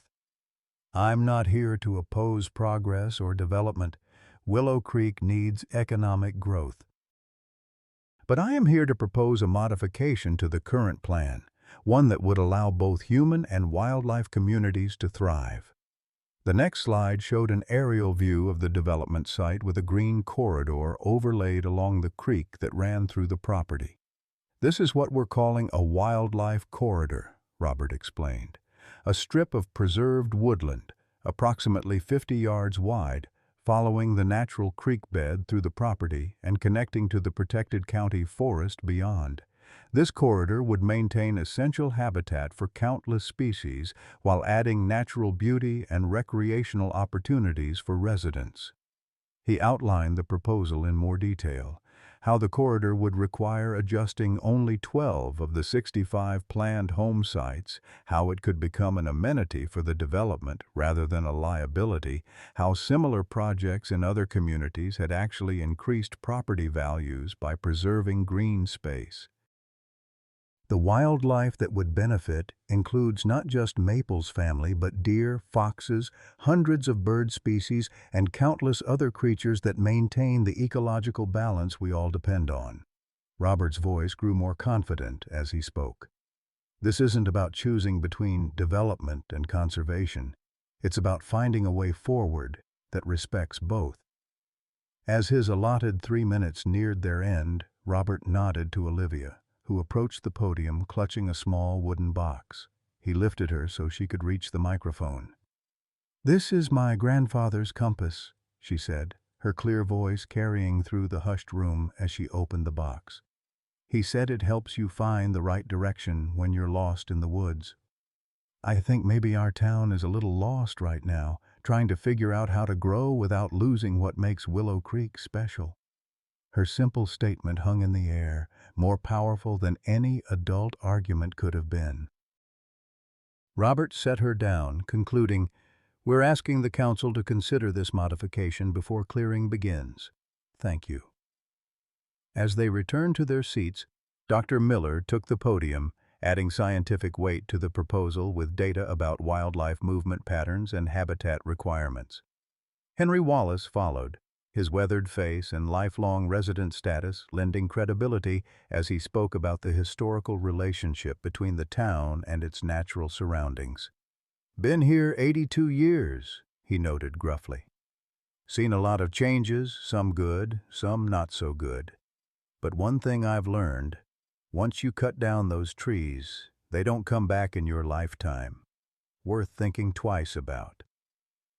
Other residents followed, most supporting the corridor concept, though a few emphasized the need for economic development above all else. Throughout the comments, James Sterling remained impassive, occasionally making notes but giving no indication of his thoughts. When the public comment period ended, Mayor Gladwell turned to Sterling. "Mr. Sterling, would you like to respond to the wildlife corridor proposal?" All eyes turned to the developer as he approached the podium.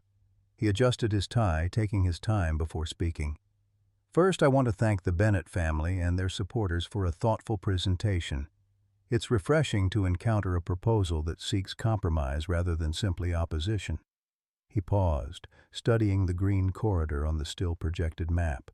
"While I appreciate the intent, I must point out that significant resources have already been invested in the current design.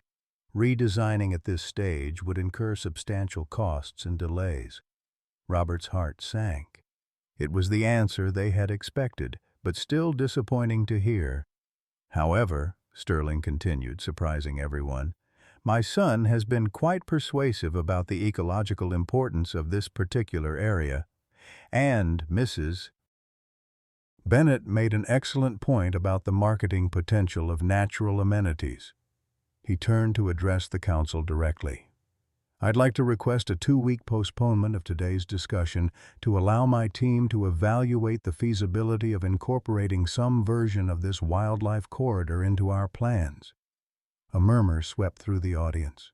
This wasn't an acceptance, but neither was it the outright rejection many had anticipated. Mayor Gladwell consulted briefly with the other council members before responding. The council is amenable to a 2-week postponement. We'll reconvene on June 4th to continue this discussion. Is there any other business regarding this matter?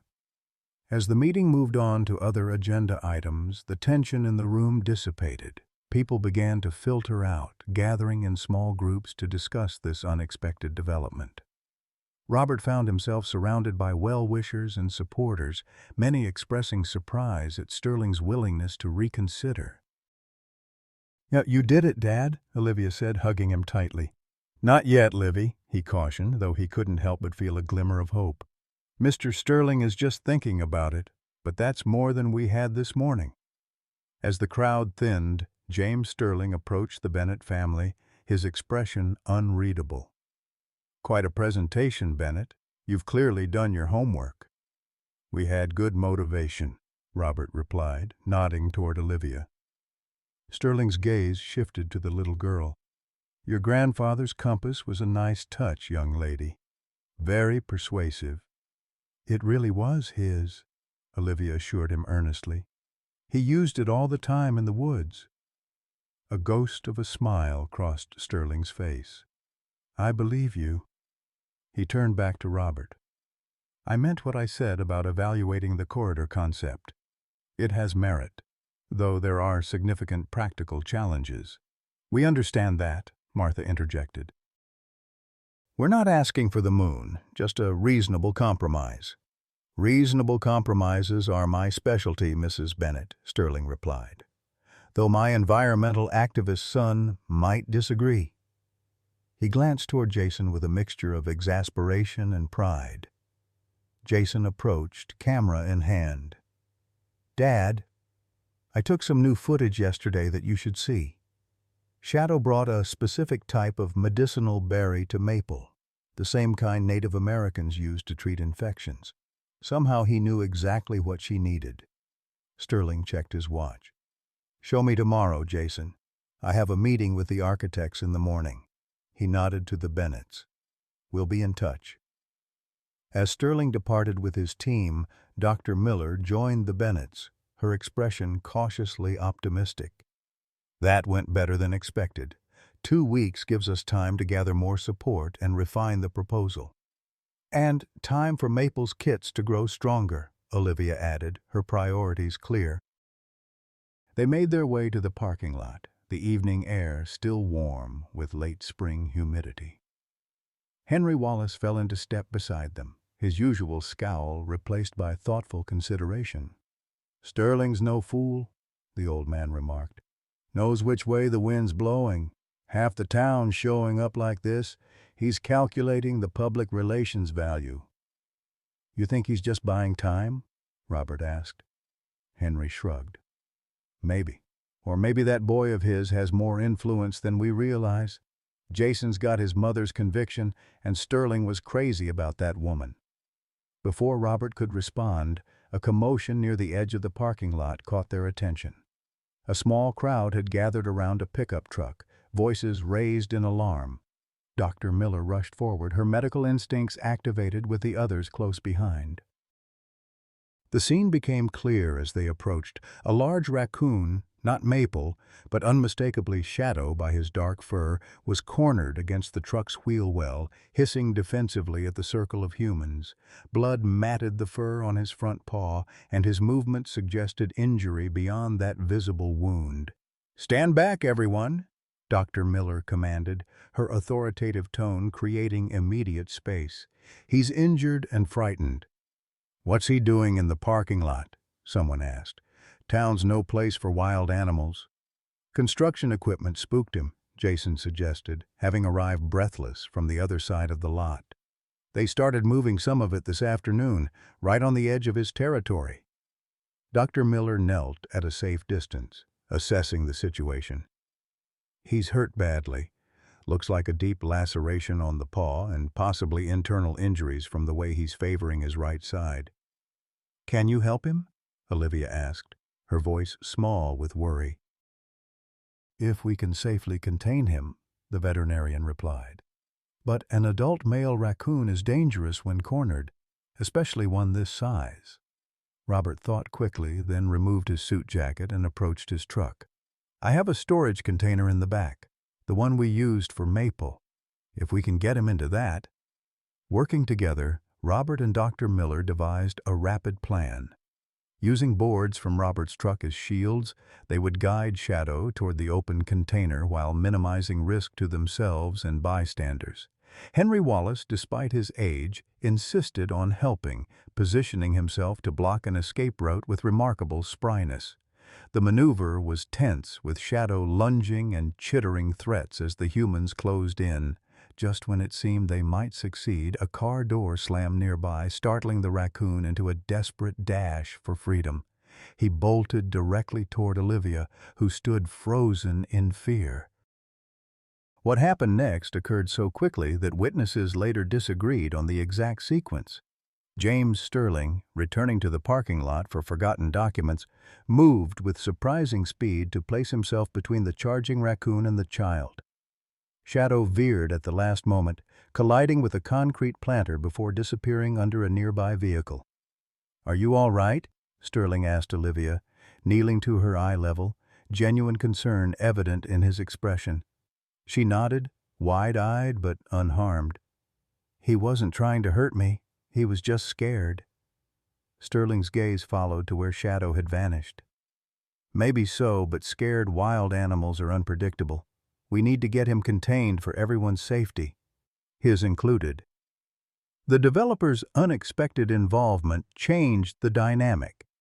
Taking charge with the same authority he displayed in business, Sterling reorganized the capture effort, sending bystanders to block escape routes while Dr. Miller prepared the container with towels to minimize further injury to the Raccoon. "On my signal," Sterling directed, now holding one of the boards himself. "Slow and steady, no sudden movements." The revised strategy worked. 20 minutes later, Shadow lay sedated in the container, Dr. Miller having administered a mild tranquilizer through a pole syringe once he was safely enclosed. His injuries, upon closer examination, proved serious but not life-threatening. A deep cut on his paw, likely from construction debris, bruised ribs, and minor abrasions. "He'll need antibiotics and monitoring," Dr. Miller announced to the small group that remained. "The cut needs stitches, and I want to check for internal injuries." "Will he recover?" Robert asked, voicing everyone's concern. "With proper care, yes." But this complicates our timeline significantly. The implication was clear. Shadow's injury meant both adult raccoons would now be in rehabilitation simultaneously, further delaying potential release. With clearing scheduled to begin in less than 2 weeks, even with Sterling's requested postponement of the council discussion, the raccoon family's future habitat remained in imminent danger. Sterling, who had remained throughout the capture and initial treatment, stepped forward. "Bring him to the Bennett property with the female and kits. I'll instruct my crew to halt any equipment movement near the creek until we resolve this matter." The unexpected directive caught everyone by surprise. Robert exchanged glances with Martha, both wondering if they'd misheard. "That's very generous, Mr. Sterling," Dr. Miller said carefully. "May I ask what prompted this decision?" Sterling straightened his tie, businessman composure returning after the parking lot drama. "Let's just say I recognize determination when I see it, whether in a small-town family or a wild animal that navigates a busy parking lot to find its mate." He nodded toward the container where Shadow lay. "That level of persistence deserves consideration." With that cryptic statement, he departed, leaving the Bennetts and their allies to transport the injured raccoon to join Maple and the kits. The night's events had taken an unexpected turn, first with Sterling's willingness to reconsider the development plan, and now with Shadow's injury bringing the developer into direct contact with the wildlife at the center of the controversy. As they drove home with their new patient, Olivia voiced what everyone was thinking. "Mr. Sterling helped save Shadow. That means he has to care at least a little bit, right?" "It's complicated, sweetheart," Martha replied from the front seat. "Helping an injured animal in an emergency is different from changing major business plans. But it's a start, Robert added, catching his daughter's eye in the rearview mirror.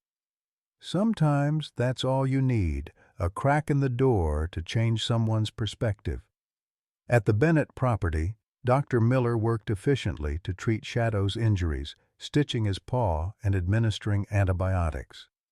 They set up a separate enclosure adjacent to Maple's, allowing the raccoons to sense and see each other without direct contact until Shadow's condition stabilized. The reunion, even through barrier wire, was remarkable to witness. Maple immediately approached the divider, front paws reaching toward her mate. Shadow, groggy from sedation but alert enough to recognize her, mirrored the gesture. The kits clustered behind their mother, curious about this new arrival with familiar scent. "They recognize each other," Jason whispered, filming the interaction. "Family bonds in raccoons are stronger than most research suggests. Or these two are exceptional," Dr. Miller replied, making notes on Shadow's chart. "Either way, our rehabilitation plan just got more complex." Complex indeed.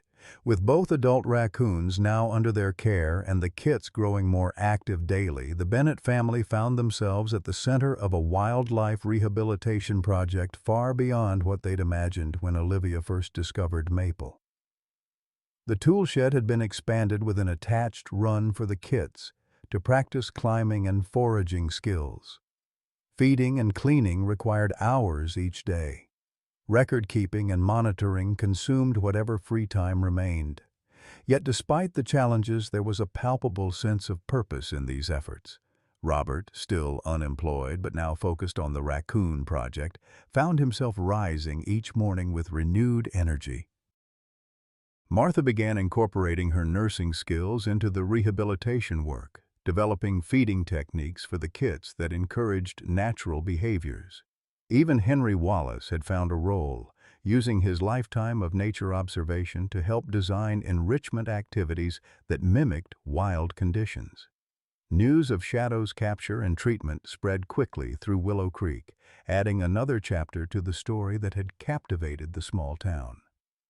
The local paper ran a front-page article with Jason's photographs, describing the parking lot rescue and noting Sterling's unexpected assistance. Letters to the editor increasingly supported the wildlife corridor concept, with many residents citing the raccoon family as symbols of nature's resilience and adaptability. In the days following the town council meeting, Robert received an unexpected call from Sterling Development's office, inviting him to meet with their construction manager. The company was indeed considering local contractors for specific aspects of the project, including, potentially, wildlife-friendly modifications to the original plan. "It might be nothing," Robert told Martha that evening as they sat on the porch watching fireflies emerge in the gathering dusk. "Just a courtesy meeting because of all the publicity." "Or it might be something," she countered, her practical optimism a perfect balance to his cautious nature. "Either way, it's an opportunity worth exploring." Their conversation was interrupted by Olivia's excited call from the direction of the tool shed. "Mom! Dad! Come quick! Peanut is doing something amazing!" They hurried across the yard to find Jason already filming through the observation window. Inside the enclosure, Maple was demonstrating how to break open a small log to find insects, a crucial foraging skill for wild raccoons. Most of the kits watched attentively, but Peanut had taken a different approach.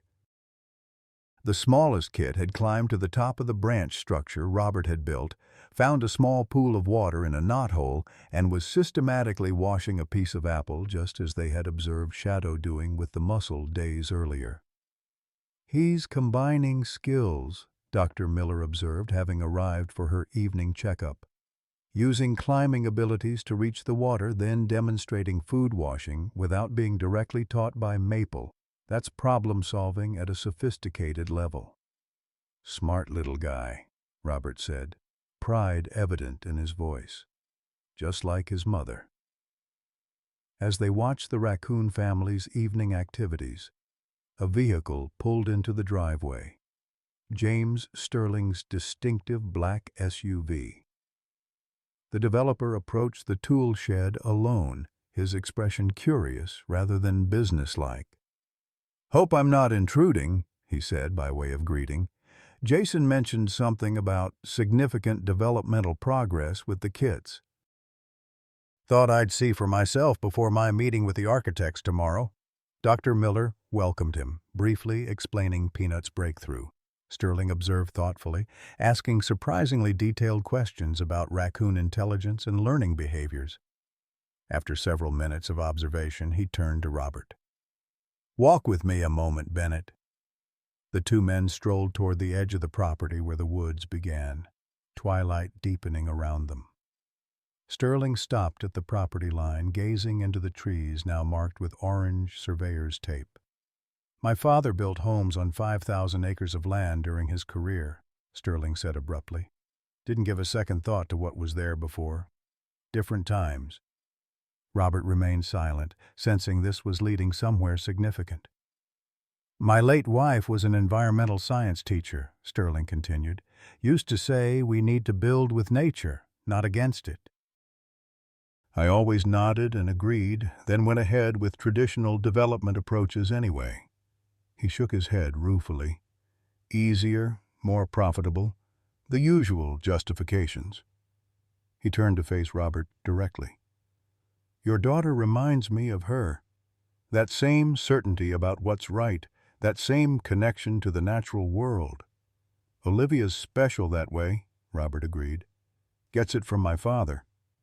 Sterling nodded, then delivered the statement Robert hadn't dared hope to hear. "I've instructed my team to redesign Willow Creek Estates with a wildlife corridor following the creek.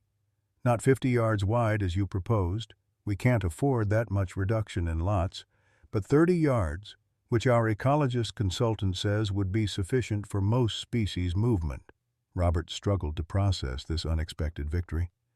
That's tremendous news, Mr. Sterling. The whole community will be grateful." "James, please." Sterling waved away the formality. "Don't thank me yet. There are conditions. We'll need easements from adjacent property owners, including you, to connect the corridor properly to the county forest. And we'll need community buy-in for a shared maintenance plan. This can't become the town's problem down the road." "Of course," Robert agreed quickly. "I'm sure we can work out those details." Sterling extended his hand. "Then we have the beginnings of an agreement. I'll present the modified plan at the next council meeting, with your support." As they shook hands in the gathering darkness, Robert felt a weight lift from his shoulders. The woods would not be saved entirely, but a critical pathway would remain, enough perhaps for Maple, Shadow, and their kits to find a way forward in their world, just as the humans in Willow Creek were finding a way forward in theirs. Back at the tool shed, Olivia pressed her face against the observation glass, whispering to the raccoon family inside as if they could understand every word. "You're going to have a home after all. Not all of it, but enough. Sometimes enough is all you need." In the soft glow of the shed's light, Peanut abandoned his apple washing to approach the glass, tiny paws pressing against the barrier that separated his world from hers, two young lives connected by circumstance, compassion, and the unexpected consequences of one small act of kindness on a spring morning that now seemed long ago. The morning that shattered the Bennett family's newfound optimism dawned with an ominous gray sky. Heavy clouds hung low over Willow Creek, the air thick with impending rain. Robert had risen early to check on the raccoons, finding Shadow's condition improved. The stitches in his paw were holding well, and he'd eaten heartily overnight. Maple and the kits continued to thrive, with Peanut demonstrating more of the problem-solving intelligence that had so impressed them the previous evening. "Going to be a gully washer," Henry commented from the tool shed doorway, his weather-worn face turned toward the darkening sky. The old man had taken to arriving each morning with fresh vegetables and staying to help with the day's rehabilitation work. "Creek'll rise fast with the ground already saturated from last week's rain." Robert nodded, recalling the weather forecast that had predicted 3 to 5 inches of rain over the next 24 hours. The wildlife corridor will need proper drainage engineering if these storms are getting more common. Henry snorted. Been this way long as I can remember. Nature has its cycles. Their casual conversation was interrupted by the distant sound of heavy machinery, the distinctive rumble of bulldozers and excavators coming to life. Robert frowned, checking his watch. It was barely 6:30 a.m., unusually early for construction work to begin. Sterling's crews don't typically start until 8, he said, straining to pinpoint the direction of the noise. That ain't coming from Sterling's property, Henry replied, his expression darkening. That's northeast, toward the county line. The two men exchanged concerned glances before Robert grabbed his truck keys. I'm going to check it out. Can you stay with the raccoons until Martha wakes up? Henry nodded, already moving toward the enclosures with the practiced efficiency of someone who had quickly mastered raccoon care routines. Robert drove with growing unease, following the sounds that grew louder as he approached the edge of Sterling's property where it bordered county land. What he discovered sent a chill through him despite the humid morning air. 3 massive bulldozers were systematically clearing trees along the county line, creating what appeared to be a fire break or access road directly adjacent to the proposed wildlife corridor. A supervisor in a hard hat stood consulting plans spread across the hood of a pickup truck.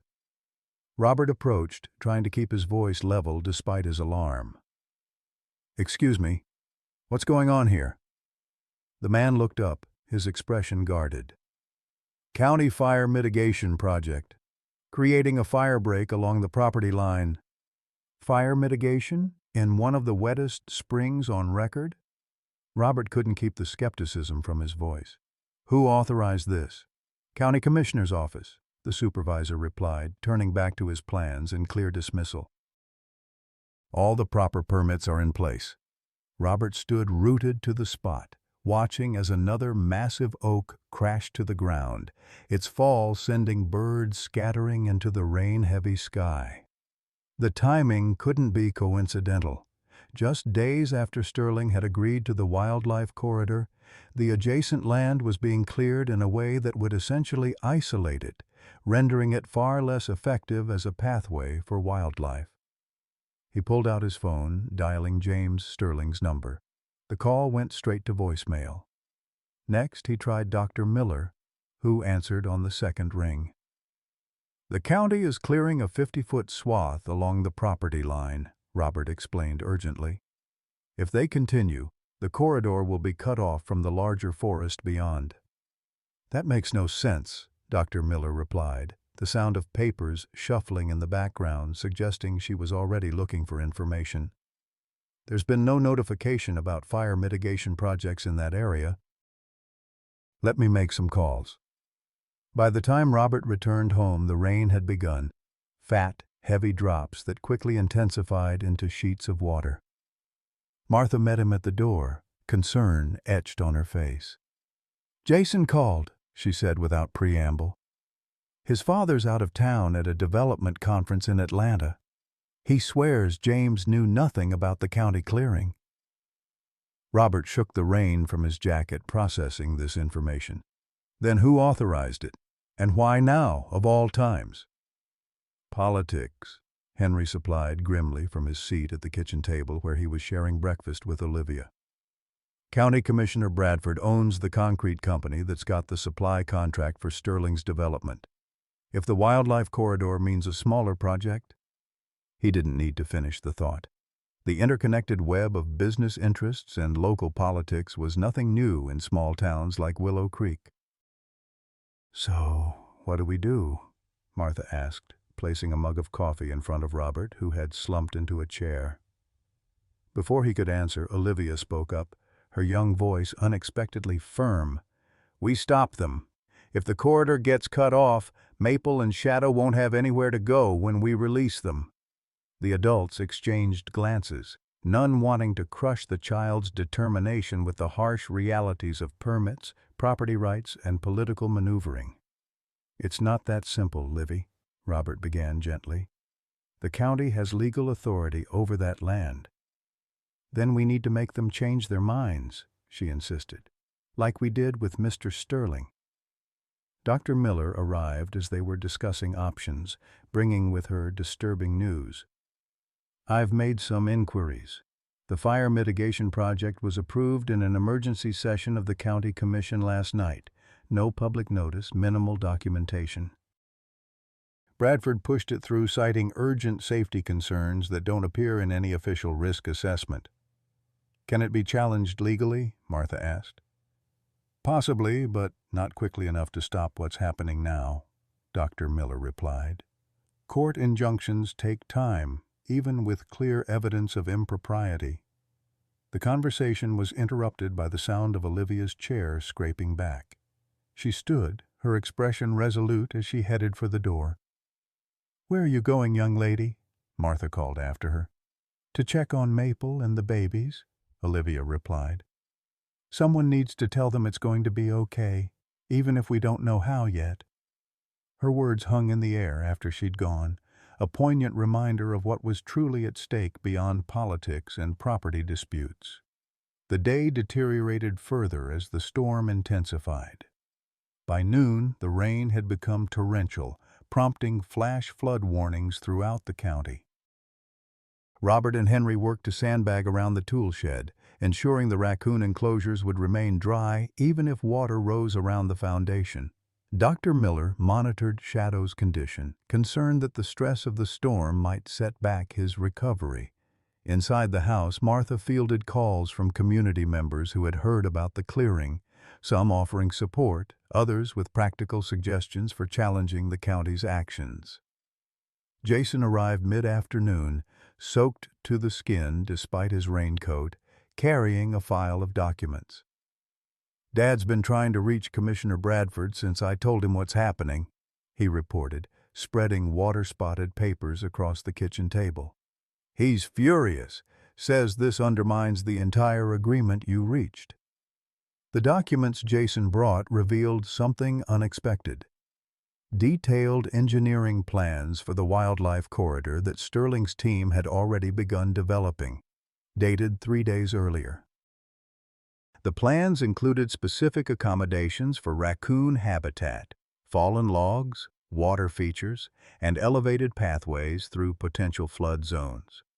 "Your father was serious about this," Robert said, studying the plans with growing respect for the developer's commitment. "Dad's complicated," Jason replied with a shrug. "But when he gives his word on something, he means it." As evening approached, the situation took a dramatic turn for the worse. The creek that ran through Sterling's property and the Bennett land had swollen to unprecedented levels, overflowing its banks and threatening homes throughout the lower-lying areas of Willow Creek. Emergency alerts blared from cell phones as the county issued evacuation orders for several neighborhoods. "The clearing made it worse," Henry stated grimly, as they watched the water rise from the relative safety of the Bennett's back porch. "Those trees and undergrowth would have slowed the water flow. Now it's just racing across bare ground, picking up speed and debris." Their immediate concern shifted to the Raccoon family. The tool shed stood on slightly elevated ground, but water was already pooling around it, rising visibly in the fading daylight. A collective decision was quickly reached. The raccoons would need to be temporarily relocated to higher ground, specifically to the Bennett's basement, which had been prepared as a backup facility in case of emergency. Moving 5 active raccoon kits, an injured male and a protective mother through pouring rain, was no simple task. With the road to Dr. Miller's clinic likely flooded, they had no choice but to create a makeshift indoor habitat. Robert and Jason made multiple trips through knee-deep water, carrying enclosures and equipment, while Martha and Dr. Miller prepared the basement space. Olivia stood watch over the transfer operation from the covered back porch, holding an umbrella over each carrier as it passed from tool shed to house. The kits chittered in alarm at the thunder and movement, but Maple remained surprisingly calm, as if sensing the human's protective intent. Shadow proved more difficult, his wild instincts flaring as they attempted to move his enclosure. Despite his injured paw, he lunged repeatedly at the carrier door, forcing Dr. Miller to administer a mild sedative before they could safely transport him. "He doesn't understand we're trying to help," Olivia said, tears mixing with raindrops on her face as she watched the magnificent raccoon succumb to the sedative. "He thinks we're hurting him." "Sometimes helping hurts a little first," Robert told her, squeezing her shoulder gently. "That's true for people too, not just raccoons." By nightfall, the storm had reached terrifying intensity. Wind howled around the Bennett home, driving rain against windows and threatening to tear branches from the ancient oak in the front yard. The power flickered once, twice, then failed completely, plunging the house into darkness, broken only by flashlights and battery-powered lanterns. In the basement, now illuminated by the soft glow of emergency lights, the Raccoon family huddled in their temporary enclosures. Maple gathered her kits close, grooming them constantly to calm their fears. Shadow, still groggy from sedation, lay watching from his separate space, alert enough to recognize his family nearby but too disoriented to react strongly. The Bennetts and their allies, Dr. Miller, Henry, and Jason, gathered around the kitchen table upstairs, listening to emergency broadcasts on a battery-powered radio. The news was grim. Major flooding throughout the county, several roads washed out, and the downtown area of Willow Creek under 2 feet of water and rising. "Sterling Development Office is flooded," Jason reported after a brief phone call with his father, who had managed to return from Atlanta despite the weather. All the project plans, including the wildlife corridor modifications, were in there. "What does this mean for the development?" Martha asked. Jason shook his head. "Dad's not thinking about that right now. He's working with emergency services to open the country club as a shelter for displaced families." This unexpected side of James Sterling, community-minded in crisis, added another layer to their evolving understanding of the man whose business decisions had such impact on their lives and the wildlife they'd come to protect. As midnight approached, a new sound pierced the storm's constant roar, pounding on the front door, urgent and demanding. Robert opened it to find James Sterling himself on the porch, rain-soaked and grim-faced. "The County Firebreak Project created a channel directing floodwater straight towards your property," he said without preamble. "The tool shed is already underwater and this house will be next if the rain doesn't let up. You need to evacuate." The stark warning galvanized the group into action. Evacuating humans was straightforward enough, gathering essential documents, medications, and irreplaceable keepsakes into waterproof containers before loading vehicles. But the raccoons presented a far more complex challenge. "We can't just release them," Dr. Miller insisted. "Shadow's still recovering, and the kits are nowhere near ready for independence. Plus, there's nowhere dry for them to go with this flooding. And we can't take them to the emergency shelter," Martha added. "There are regulations, health concerns." Sterling, who had been listening silently, spoke up. "My house is on the highest ground in the county. Bring them there. We have a detached garage with climate control that can serve as a temporary wildlife rehabilitation center." The offer stunned everyone, especially coming from a man who just weeks earlier had planned to clear the very habitat these animals would eventually need for survival. "Are you serious?" Robert asked, unable to mask his disbelief. "Perfectly," Sterling replied. "My son would never forgive me if I let anything happen to these raccoons.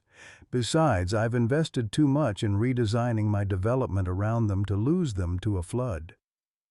The practicality of this explanation, combined with its underlying sentimentality, was quintessentially Sterling. Robert found himself smiling despite the dire circumstances.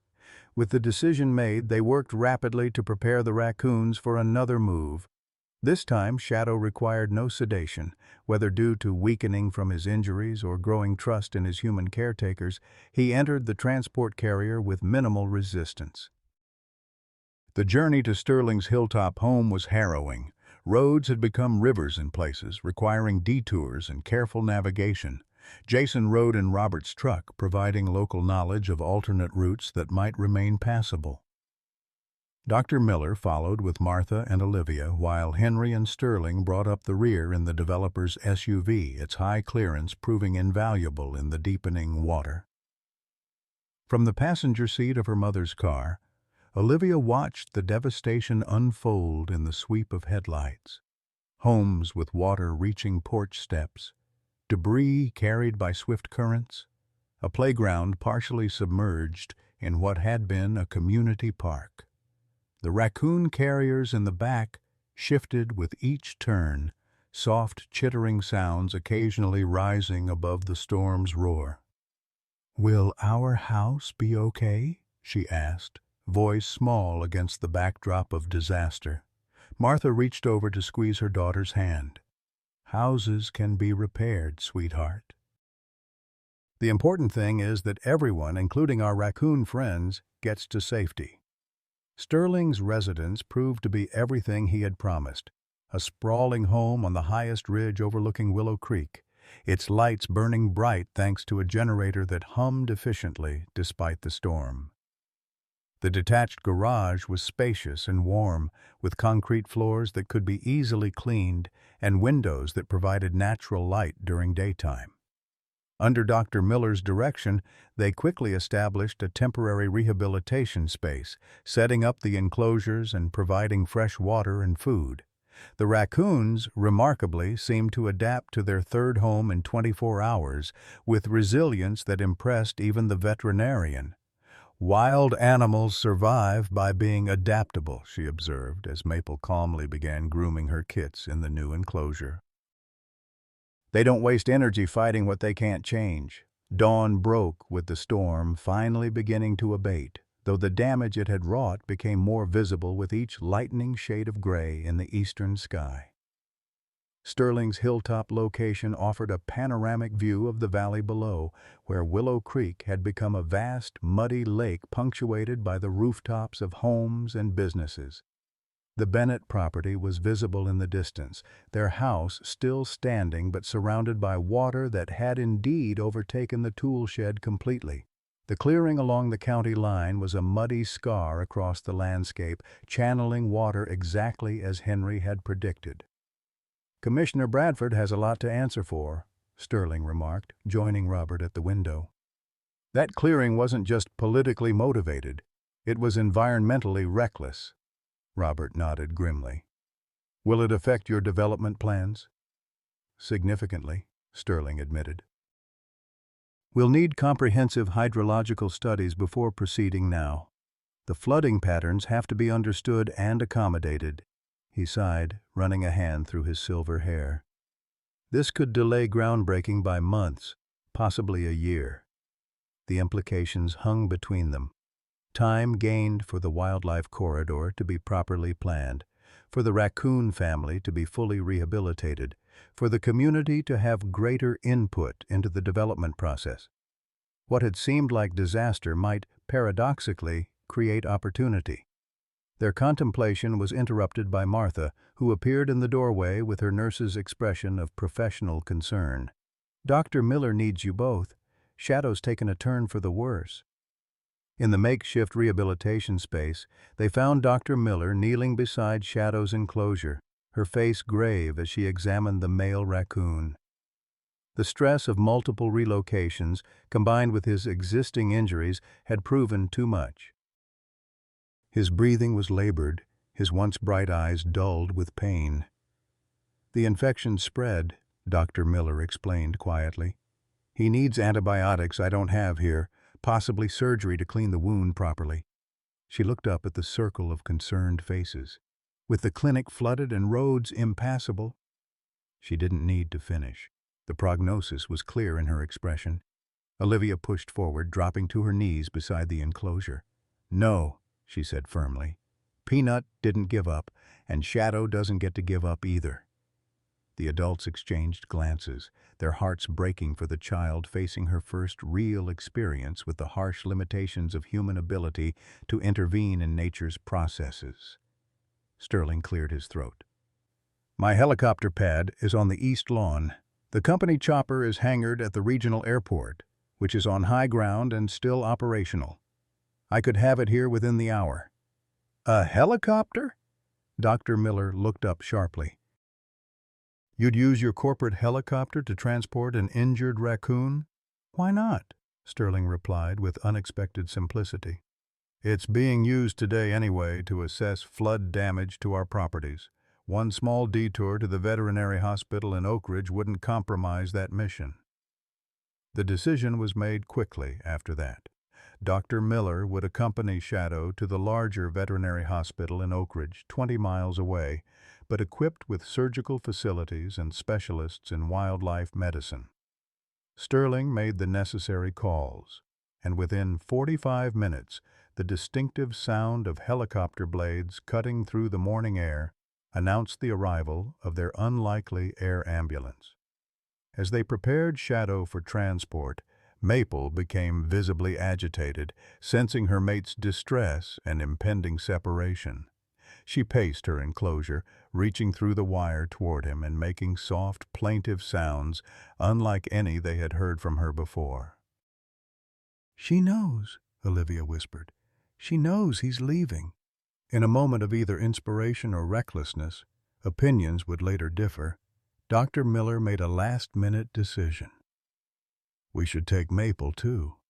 The separation could cause her significant stress, and having her nearby might actually aid Shadow's recovery. This complicated the logistics considerably, but no one argued. Within minutes, they had prepared both adult raccoons for transport, leaving the kits in the care of Martha and Robert, who had experienced bottle feeding them during Maple's previous medical treatments. The sight of the sleek corporate helicopter landing on Sterling Development's logo painted on the lawn created a surreal tableau. The veterinarian and developer carefully loading raccoon carriers while floods ravaged the town below and displaced residents sought shelter in the country club that bore the same corporate logo. "We'll call as soon as we know anything, Dr." Miller promised as she climbed aboard, Shadow's carrier secured beside her. "Take care of them," Olivia called over the roar of the engines, her face a mixture of fear and hope.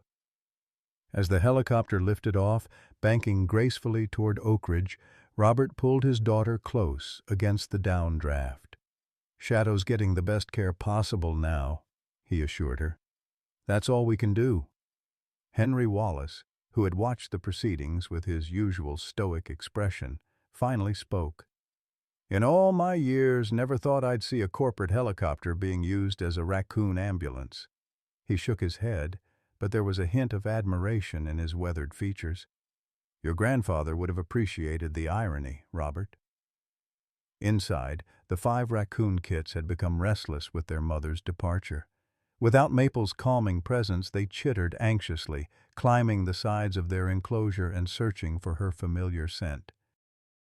Martha and Jason worked to distract them with food and enrichment activities, but the absence of both parents was clearly distressing. "Peanut's taking it hardest," Jason observed, noting how the smallest kit refused food and continued calling for his mother with increasingly plaintive sounds. Olivia sat beside the enclosure, speaking softly to the kits as she had done countless times during their rehabilitation. "Your mom and dad are getting help," she explained, knowing they couldn't understand the words, but hoping her calm tone might soothe them. "They'll come back soon." Whether it was her voice or simply exhaustion, the kits eventually settled, curling together in a pile of fur and tails in the center of their nest box. Peanut remained on the periphery, still alert and watchful, as if standing guard in his parents' absence. The day passed with agonizing slowness as they waited for news from Oak Ridge. The floodwaters began to recede, revealing mud-caked streets and water-damaged homes throughout Willow Creek. Emergency services worked tirelessly to reach stranded residents, restore power, and assess infrastructure damage. Sterling spent most of the day coordinating relief efforts through his company, opening not just the country club but several model homes as temporary shelters. Robert and Henry joined teams of volunteers filling sandbags to protect properties from the still-swollen creek. Martha, with her nursing background, assisted at the emergency medical station set up at the high school. By evening, with still no word about Shadow and Maple, exhaustion had claimed most of the household. Olivia fought sleep valiantly, insisting on staying awake until news came, but eventually succumbed, curled in an armchair near the Raccoon enclosure, her grandfather's compass clutched in her small hand. Robert covered her with a blanket, then checked on the kits one last time before joining Martha on the porch, where she sat watching the lights of emergency vehicles moving through the valley below. "What a day," she sighed, leaning against him as he settled beside her. From fighting about development plans to surviving a flood and sending raccoons off in a helicopter. If someone had told me a month ago. "Life takes strange turns," Robert agreed, his arm around her shoulders. "Dad used to say that nature has a way of reminding us what really matters when we get too caught up in our human concerns." Martha was silent for a moment. "Do you think Shadow will make it?" Robert couldn't bring himself to offer false optimism. "I don't know. He was in rough shape, but he's tough. Survived this long in a world that's increasingly hostile to wild things." Their conversation was interrupted by the sound of tires on the gravel driveway. Headlights swept across the darkened lawn as a vehicle approached, Dr. Miller's SUV, somehow having made it back from Oak Ridge despite the flood-damaged roads. They hurried down to meet her, joined by Jason and Sterling, who had emerged from the house at the sound of arrival. Dr. Miller stepped out looking exhausted, but with a smile that answered their most pressing question before they could ask it.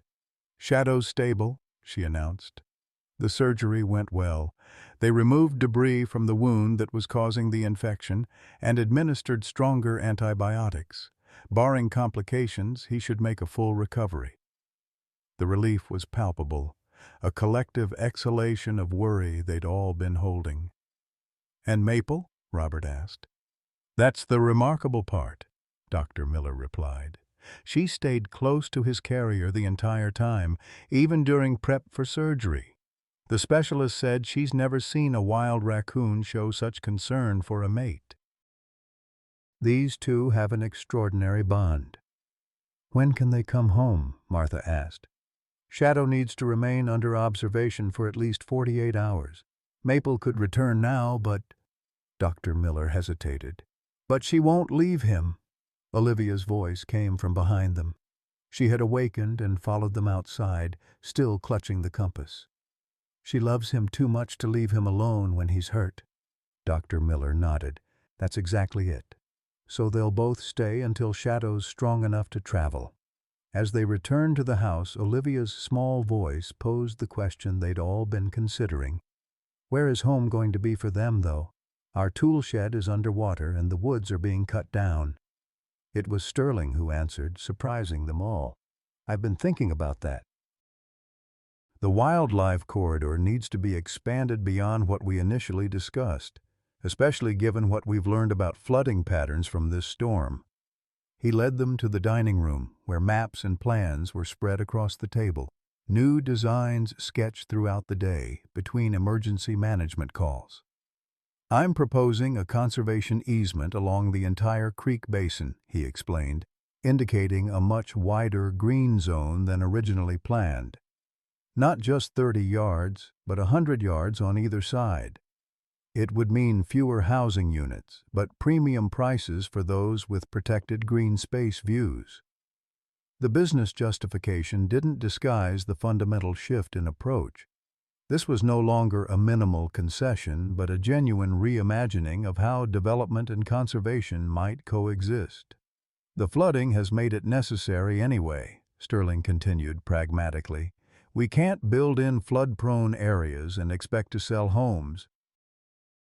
Better to work with the landscape than against it. For the Bennett family, this unexpected outcome of disaster, a potentially larger, more viable wildlife corridor, offered a glimmer of hope amid destruction. For Maple, Shadow, and their kits, it might mean the difference between successful return to the wild and an uncertain future in marginal habitat. As they studied the new plans, a small sound drew their attention to the doorway where Peanut stood watching them, having somehow escaped the kit's enclosure. The tiny raccoon regarded the humans with bright, intelligent eyes, his distinctive white throat patch visible as he sat upright. "How did he get out?" Martha gasped, moving slowly toward him to prevent escape into other parts of the house. Jason checked the enclosure and found the answer. Peanut had manipulated the simple latch system, demonstrating once again the problem-solving intelligence that had impressed them before. "Smartest raccoon I've ever seen, Doctor," Miller remarked as they carefully returned him to his siblings. "He'll do well in the wild with those skills. If there's wild left for him," Henry added softly, voicing the concern that still lingered despite Sterling's revised plans. The disaster had brought them together in unexpected ways. Developer and conservationist, hunter and wildlife rehabilitator, old man and young child. But the challenges ahead remained substantial. Shadow's recovery, the habitat's restoration after flooding, the political battles with Commissioner Bradford and his allies who had created the destructive firebreak, all these would require continued effort and vigilance. Yet, as Olivia checked on the kits one last time before returning to bed, her simple faith cut through the adults' complex concerns. "Grandpa's compass always points the right way," she told Peanut, who watched her from behind the enclosure wire. "We just have to be brave enough to follow it." In the darkness of Sterling's hillside home, as floodwaters receded and injured raccoons began the slow process of healing, her words seemed to offer wisdom beyond her years, a compass bearing for humans and wildlife alike, navigating a changed landscape toward an uncertain but still possible future. 3 days after the flood, Robert Bennett stood in muddy water up to his ankles, surveying what remained of his father's tool shed. The structure itself was still standing, a testament to Abraham Bennett's solid craftsmanship, but the interior had been gutted by the floodwaters. Soggy insulation hung from the walls, tools lay rust-covered and useless on the floor, and the carefully constructed raccoon enclosures were a tangle of warped wood and wire. "Total loss," Henry Wallace pronounced, poking at a collapsed shelf with a stick.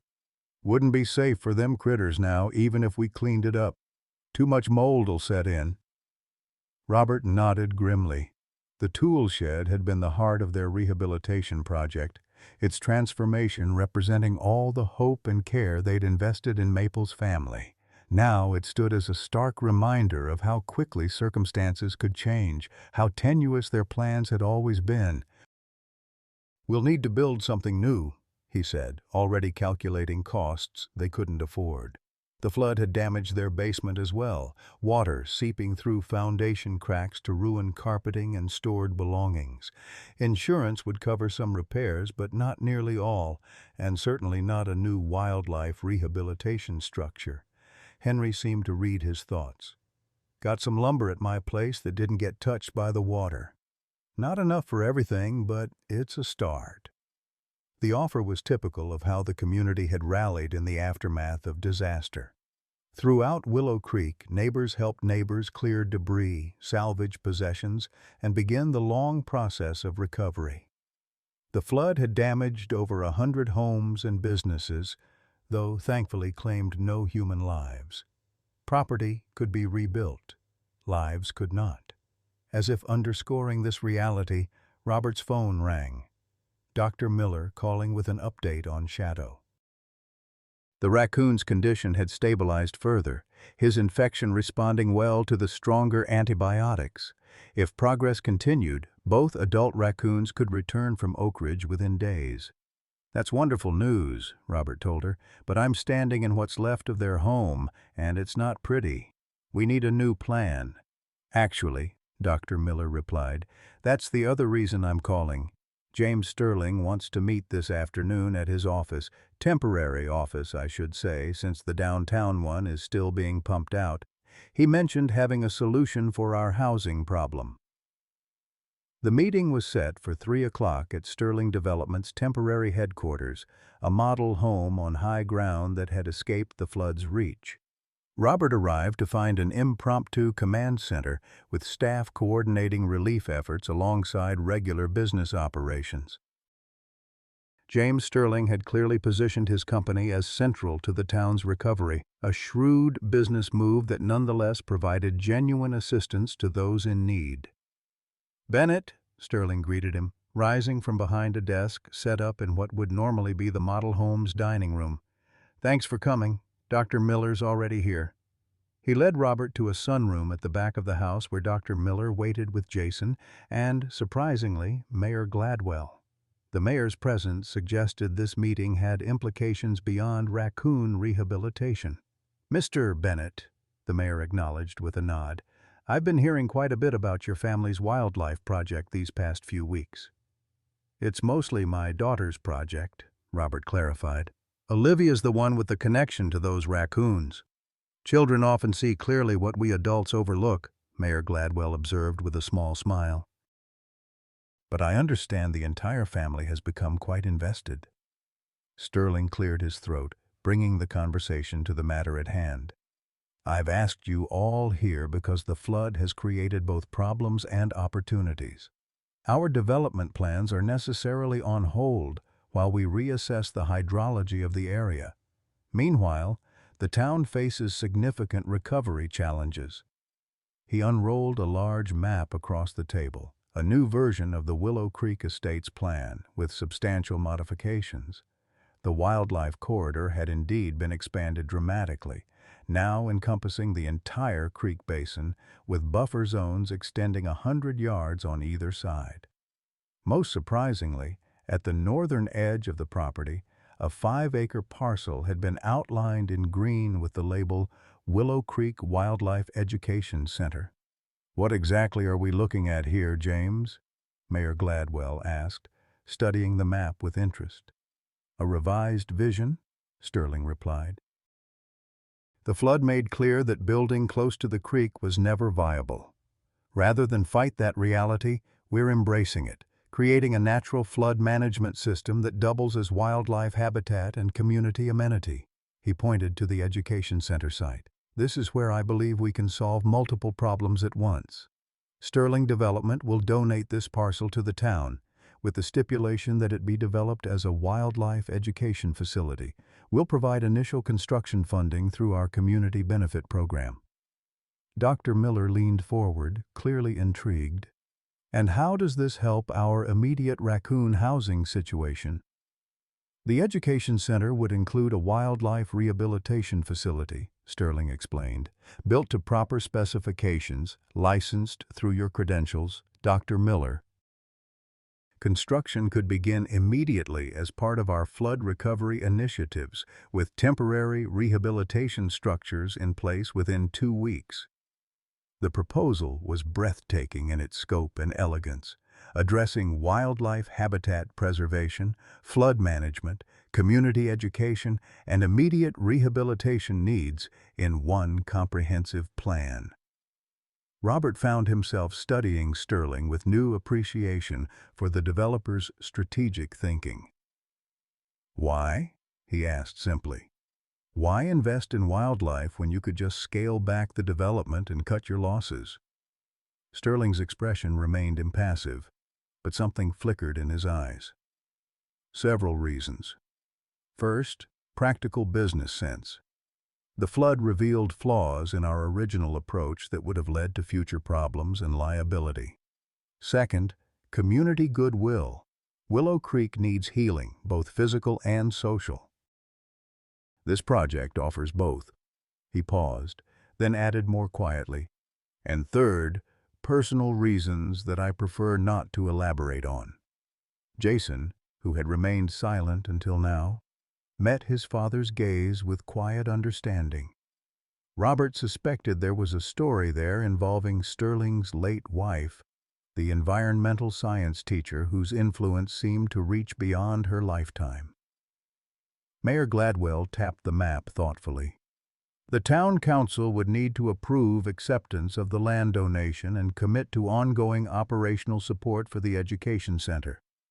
That's not a small undertaking for a community our size, especially after a disaster. I've thought of that, Sterling replied.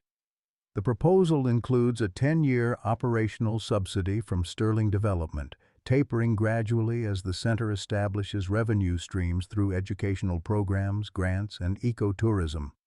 You've been planning this for a while, Dr. Miller observed. Sterling nodded. Since before the flood, actually. My son's enthusiasm for your raccoon rehabilitation project sparked the initial concept. The flood accelerated the timeline and expanded the scope.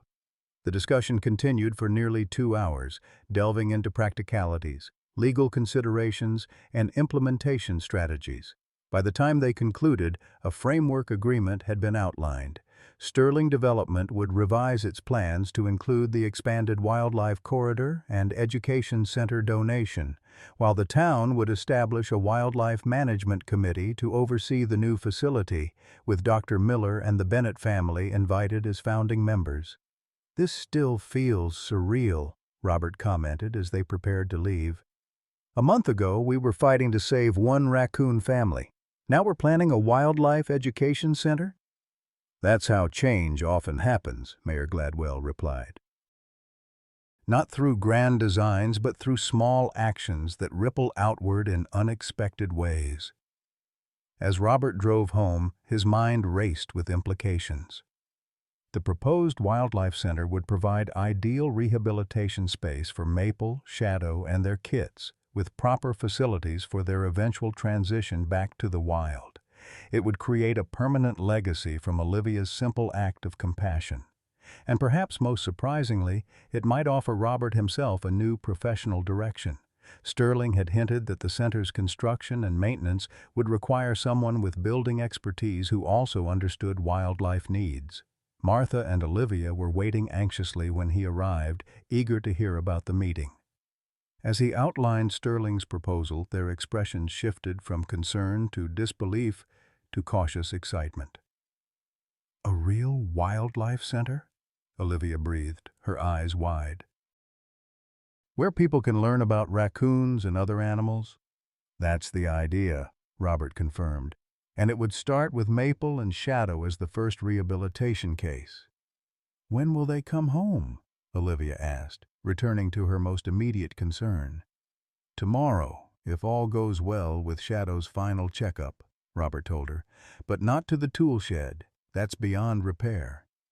Sterling's team is setting up temporary facilities at the edge of his property today, right next to where the education center would eventually be built." Martha's practical nature asserted itself amid the excitement. "This all sounds wonderful, but until it's actually happening, we need to be careful about getting our hopes too high." "Plans fall through, especially ambitious ones involving multiple organizations." Her caution was well-founded, as they would discover the following day when news broke that County Commissioner Bradford had publicly opposed Sterling's revised development plan, citing concerns about reduced tax revenue from fewer housing units. The commissioner had significant influence with 2 town council members, potentially enough to block approval of the land donation for the wildlife center. "Politics," Henry spat when he heard the news, arriving at the Bennett home with more salvaged lumber. Bradford's concrete company stood to make a fortune from the original development. Now he's looking at half the order. The setback cast a shadow over Shadow and Maple's homecoming, which nonetheless proceeded as planned. Dr. Miller returned from Oak Ridge with both raccoons in the early afternoon. Arriving at the temporary rehabilitation facility Sterling's team had constructed on the proposed wildlife center site. The structure was simple but functional, essentially a large shed with proper ventilation, running water, and divided spaces for the adults and kits. Olivia could barely contain her excitement as they prepared for the reunion. The kits had been transported from Sterling's garage that morning, settled into their new space with minimal stress thanks to familiar nesting material and feeding schedules maintained throughout their displacement. "Remember," Dr. Miller cautioned as they waited for Shadow to emerge from his carrier, "he's still recovering. His movements will be slower, and he might be more irritable than usual." Shadow proved these concerns largely unfounded. Though moving with obvious care for his healing paw, he emerged with dignity and tact, surveying his new surroundings with the wary intelligence that had impressed them from the beginning. Maple followed, immediately checking on her kits through the mesh divider separating their enclosures. "She remembers them," Olivia whispered, watching the mother raccoon's intent focus on her offspring. "Of course she does," Dr. Miller replied. "Raccoons have excellent memories, especially for their young." The plan called for 24 hours of separation to ensure Shadow's condition remained stable before allowing full family reunification. The kits, however, had different ideas. Within hours of their parents' arrival, Peanut had once again demonstrated his problem-solving abilities by manipulating the latch on their enclosure, leading a coordinated escape of all 5 kits into the divider space between the adult and juvenile sections. Jason, who had been monitoring through the observation window, alerted the others to the jailbreak. They arrived to find an extraordinary scene. All 5 kits pressed against the mesh of the adult enclosure, Maple and Shadow mirroring their position from the other side. Even more remarkably, Shadow was passing small morsels of food through the mesh to the eager kits, a behavior Dr. Miller documented with amazement. "This contradicts conventional understanding of male raccoon behavior," she explained, filming the interaction. "Males typically have minimal involvement with kits. This level of paternal care is almost unprecedented in scientific literature." "Maybe Shadow never read the scientific literature," Henry suggested dryly. "Seems to me he's just being a good papa." The unplanned encounter went so well that Dr. Miller decided to accelerate the reunion timeline, allowing supervised interaction between the entire family that evening. What followed was a powerful affirmation of their efforts, Maple and Shadow grooming each kits methodically, the family curling together in a pile of contentment, even cooperative play behaviors that showed the adults actively teaching their offspring survival skills. "They're a true family unit," Dr. Miller observed, her professional detachment momentarily cracking to reveal genuine emotion. "In all my years of wildlife work, I've never seen anything quite like this." The raccoon's successful reunion provided a bright spot amid growing concerns about the Wildlife Center's future. Over the next few days, opposition to Sterling's revised plan gained momentum, with Commissioner Bradford orchestrating a public relations campaign focused on economic concerns. Letters appeared in the local paper, questioning whether a wildlife education center was an appropriate priority, while flood-damaged homes still needed repair. The Bennett family found themselves reluctantly at the center of public debate. Some community members hailed their raccoon rehabilitation as inspirational. Others criticized it as a misplaced priority. Robert was confronted at the hardware store by a former colleague who demanded to know why raccoons deserved helicopter medical evacuation while some elderly residents had waited hours for rescue from flooded homes. "This town's always going to choose wildlife over working folks," the man had concluded bitterly. "Just like your father did." The comment stung, partly because it contained a grain of truth. Abraham Bennett had indeed often prioritized conservation over economic concerns, sometimes to the frustration of neighbors whose livelihoods depended on resource extraction or development. Robert had distanced himself from his father's environmental advocacy during his own working years, seeking acceptance among the hunting and construction communities that provided his income. Now, ironically, he found himself following in his father's footsteps after all, championing a cause that divided the community along familiar lines. Conservation versus development. Environmental values versus economic priorities. Long-term sustainability versus short-term gain. The conflict came to a head at a special town council meeting called to consider Sterling's land donation for the Wildlife Education Center. The council chambers, still showing water damage along baseboards, overflowed with residents holding signs expressing support or opposition. Commissioner Bradford had bussed in supporters from neighboring communities, while Dr. Miller had mobilized environmental advocates and education professionals to speak in favor of the proposal. Mayor Gladwell struggled to maintain order as speakers from both sides presented increasingly emotional arguments. The debate had clearly transcended raccoons or even wildlife habitat. It had become a referendum on Willow Creek's values and future direction. When Robert's turn came to speak, he approached the podium acutely aware of the division in the room.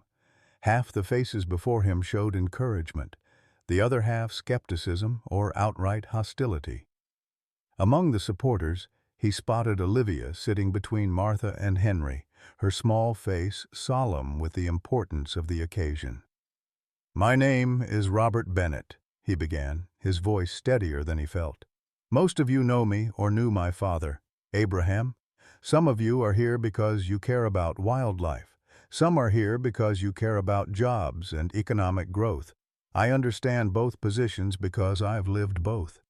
He paused, gathering his thoughts. For years I distanced myself from my father's environmental advocacy. I thought I had to choose between caring for nature and caring for my family's economic needs. What I've learned through our experience with Maple's family is that this is a false choice. We don't have to decide between wildlife and human welfare. The right approach includes both. Robert gestured toward Sterling's plans displayed on an easel beside the podium.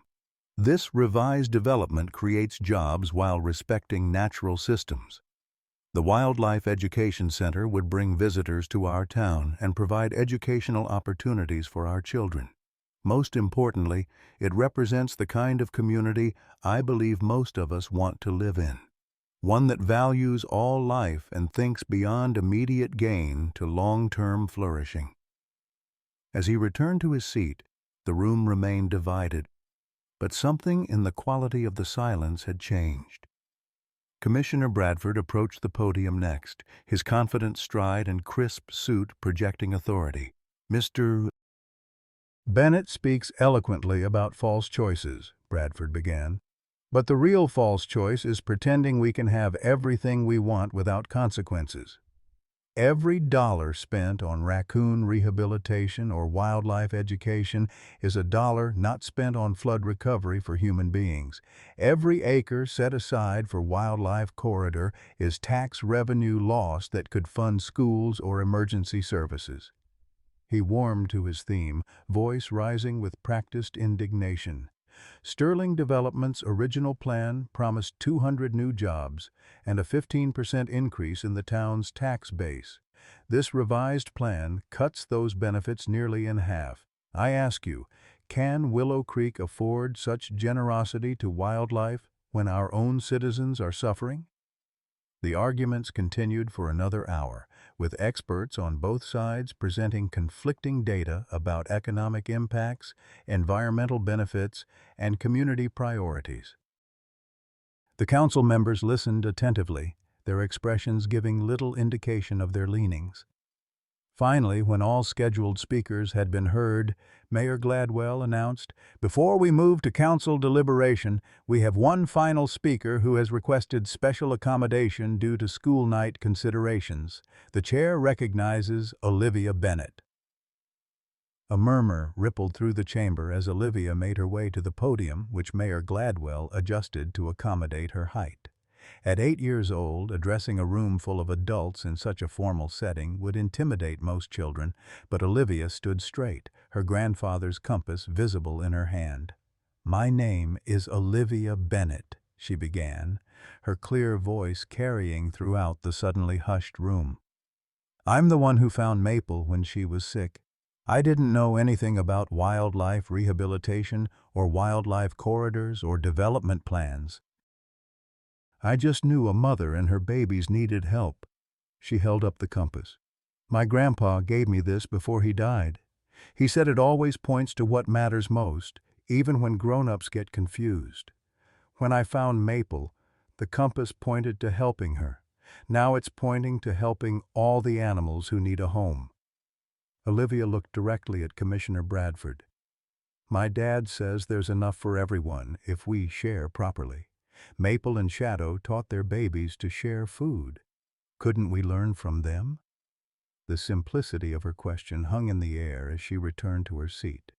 No adult argument, however sophisticated, could match the moral clarity of a child asking why sharing seemed so difficult for grown-ups to manage. The council's deliberation was brief compared to the lengthy public testimony. After a 20-minute closed session, they returned with their decision: approval of Sterling's land donation for the Wildlife Education Center with conditions requiring local hiring preferences for construction and operational positions. The vote was not unanimous. Councilman Peterson, Bradford's closest ally, voted against. But the 4-to-1 margin represented a clear mandate to proceed. As the meeting adjourned, the room erupted in a mixture of cheers and disappointed murmurs. Bradford departed immediately, his expression thunderous, while Sterling shook hands with council members and supporters alike. Outside the town hall, Robert found himself face to face with James Sterling in the cool evening air. "Congratulations," he offered, extending his hand. "You've given this town something valuable." Sterling accepted the handshake with a nod. "We've given this town something valuable." "Your family's commitment to those raccoons changed the equation entirely." He glanced toward Olivia, who was excitedly recounting the meeting to Jason nearby. "That daughter of yours has quite a future as an advocate." "She has her grandfather's heart," Robert acknowledged. "And her father's practical sense," Sterling added. "Speaking of which, I'd like to discuss a position with you.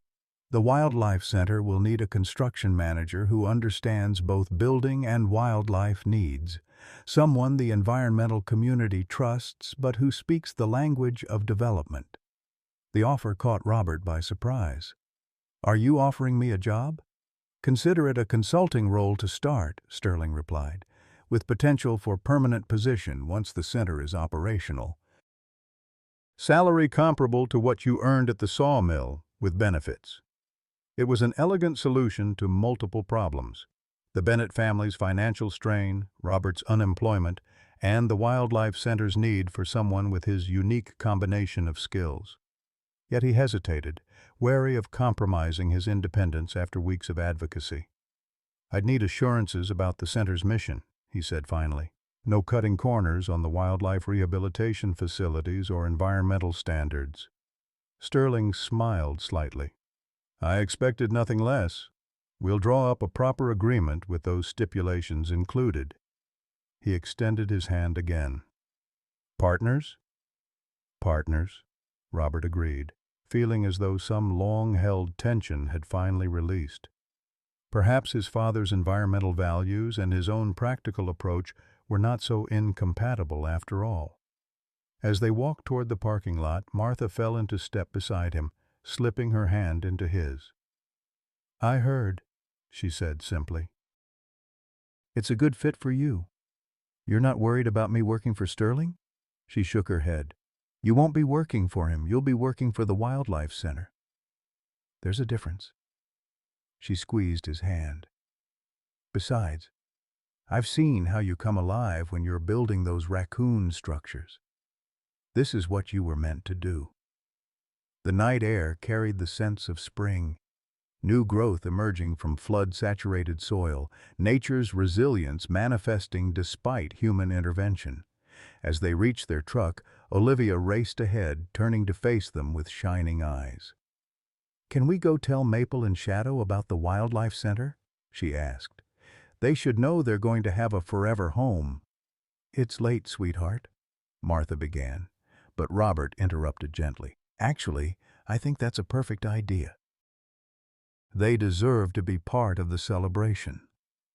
Under a sky scattered with stars, the Bennett family made their way to the temporary rehabilitation facility where Maple, Shadow, and their 5 growing kits had begun the night's activities, foraging, playing, practicing the skills they would need when the time came for release. Through the observation window, they watched the Raccoon family's coordinated movements, their communication through subtle gestures and sounds, their obvious bonds of affection and protection. "They don't know how many people it took to save their home," Martha observed softly. "They don't need to know," Robert replied. "They just need to live as raccoons should, wild and free, but with enough protected space to thrive." Olivia pressed her hand against the glass and, remarkably, Peanut approached from the other side, his tiny paw aligning with hers for a moment before he scampered back to his siblings. It was a fleeting connection between worlds, human and wild, that encompassed everything they had fought for. In that moment, standing together in the gentle spring night, the future seemed to crystallize with unexpected clarity, a wildlife education center rising beside a thoughtfully designed development, a family finding new purpose through unlikely circumstances, and a raccoon family preparing to return to a wild place protected through human compassion and compromise. The truth that had emerged through flood and conflict was both simple and profound. There was indeed room for all if sharing properly became the guiding principle, a compass bearing pointing toward what truly mattered. 1 year later, on a perfect July morning, Olivia Bennett stood at the edge of the observation deck, binoculars raised to her eyes as she scanned the lush greenery of the wildlife corridor. The viewing platform had become her favorite spot at the Willow Creek Wildlife Education Center, offering the best vantage point to watch for glimpses of the animals that now called the protected area home. "See anything?" her father asked, joining her at the railing. Robert's work clothes were splattered with paint, evidence of the finishing touches being applied to the center's main building before its official grand opening ceremony the following weekend. "Not yet," Olivia replied, still scanning. "But Ranger Mike said there were fresh tracks by the creek this morning. He thinks it might be Maple's family." Robert smiled at his daughter's unwavering optimism. In the months since their release, sightings of Maple, Shadow, and their now-grown kits had become increasingly rare, exactly as hoped in a successful wildlife rehabilitation. The Raccoon family had gradually returned to true wild behavior, maintaining their territory within the protected corridor but avoiding human contact. "You know, they're mostly nocturnal," he reminded her gently. "Daytime sightings are pretty unusual." "I know," Olivia sighed, lowering the binoculars. "But sometimes Peanut still comes out during the day. Remember last month when he was fishing right below this platform?" Robert did remember. The distinctive white patch on the smallest raccoon's throat had made him instantly recognizable even from a distance. Peanut had developed into a remarkably resourceful young raccoon, often spotted using techniques his parents had taught him during their rehabilitation. "He's the adventurous one," Robert agreed. "Just like his caretaker." He ruffled Olivia's hair affectionately. The transformation of the property over the past year had been nothing short of remarkable. Where once stood equipment staged for clear-cutting, now stretched carefully designed trails winding through preserved woodland. The creek that had flooded so devastatingly had been restored with natural engineering principles, its banks stabilized with native plantings and carefully placed stones that slowed water flow during heavy rains. At the heart of it all stood the Education Center itself, a beautiful timber and stone building that seemed to grow organically from the landscape. Its classrooms, research areas, and interactive exhibits had been designed with input from educators, scientists, and the community. Solar panels gleamed on the south-facing roof, while rainwater collection systems fed the native plant gardens surrounding the building. The journey to this moment had not been without challenges. Commissioner Bradford had continued his opposition through bureaucratic channels, delaying permits and challenging environmental assessments. But with Sterling Development's resources and unwavering community support, the project had overcome each obstacle. The flood's silver lining had been a heightened awareness throughout the region about the importance of natural water management systems, precisely what the wildlife corridor provided. Martha emerged from the center's main entrance, clipboard in hand. As the newly appointed volunteer coordinator, she had been organizing the small army of community members who would help staff the facility during busy periods. "The school group from Oak Ridge just called," she announced. "They'll be here in 20 minutes for the preview tour. Are the interactive displays ready in the Raccoon exhibit?" Robert nodded. "Jason finished programming them yesterday. The motion sensors are working perfectly. When visitors approach the display, they trigger Shadow and Maple's story." The central exhibit of the Education Center was dedicated to the Raccoon family that had catalyzed the entire project. Through photographs, videos, and interactive elements, visitors could learn about raccoon intelligence, family structures, and ecological roles. Jason Sterling's documentation had proved invaluable, providing extraordinary footage of behaviors rarely captured in scientific literature. "I still can't believe how many people are coming to the grand opening," Martha remarked, checking her list. "The governor's office confirmed this morning, and 3 television stations are sending crews." "James Sterling knows how to generate publicity," Robert replied with a knowing smile. The developer had leveraged the Wildlife Center project into a powerful public relations narrative about sustainable development, earning regional awards and favorable media coverage. Yet, despite the inevitable self-interest in Sterling's involvement, Robert had come to respect the man's genuine evolution. The revised Willow Creek Estates was now marketed as an eco-conscious community, with homes designed to minimize environmental impact and maximize energy efficiency. The premium prices these features commanded had offset the reduced number of units, proving that conservation and profitability could indeed coexist. "Mr. Wallace is here," Olivia announced, spotting Henry's familiar figure making his way along the path from the parking area. At 83, he moved more slowly now but remained a constant presence at the center, sharing his lifetime of local nature knowledge with visitors and staff alike. "Right on time for his shift at the welcome desk," Martha noted with satisfaction. "He hasn't missed a single volunteer slot since we opened for preview tours." Henry had undergone perhaps the most remarkable transformation of all. The once gruff neighbor who had threatened to call animal control over a sick raccoon now spent most days at the center, his weathered face softening whenever children gathered around to hear his stories of old Willow Creek and its wildlife. The Raccoon Project had awakened something long dormant in him, a connection to the natural world that had sustained him through the lonely decades after his daughter's death. As Henry approached, they could see he carried something wrapped in a cloth. "Morning, Bennetts," he called, his voice still strong despite his advancing years. "Got something special for today's visitors." He unwrapped the cloth to reveal a perfectly preserved raccoon track cast in plaster. "Found fresh prints by my garden yesterday. Thought the kids might like to see a real track instead of just pictures." "Is it Peanut?" Olivia asked eagerly, examining the casting. "It looks smaller than the others." Henry nodded. "Pretty sure it is. Has that same unusual pattern on the left front paw, the one Dr. Miller documented before release." The mention of Dr. Miller brought a momentary shadow to their conversation. The veterinarian had accepted a position with a prestigious wildlife conservation organization 6 months earlier, her work with Maple's family having earned her national recognition in wildlife rehabilitation circles. While they were thrilled for her success, her departure had left a void at the center that her occasional visits and video consultations couldn't quite fill. "Speaking of visitors," Martha interjected, checking her watch, "we should get inside and prepare for the school group."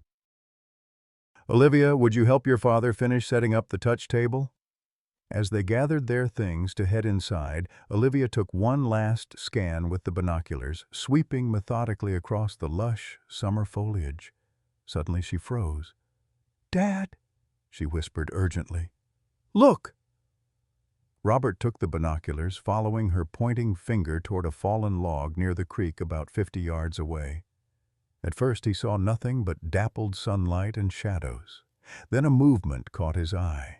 A small, masked face peering cautiously from behind the log. Distinctive white throat patch, clearly visible even at this distance. "Peanut," he confirmed softly, handing the binoculars to Martha. They watched in silence as the young raccoon emerged fully onto the log, displaying the confident movements and healthy appearance that confirmed their rehabilitation efforts had been successful. A moment later, a second raccoon appeared, one of his siblings, identifiable by markings they had carefully documented during rehabilitation. "Where there are two, the others might be nearby," Henry remarked, his eyes sharp despite his age. "They tend to forage together still, according to the tracking data." The Wildlife Center had fitted 2 of the kits with lightweight tracking collars before release, providing valuable research data about their movements and territory establishment. The collars were designed to break away after 6 months, but had delivered crucial information confirming the family's successful adaptation to wild living. As if responding to Henry's observation, movement rippled through the undergrowth beyond the log, and 3 more young raccoons emerged. They moved with purpose toward the creek, displaying the coordinated behaviors typical of siblings that had remained together beyond the usual dispersal age.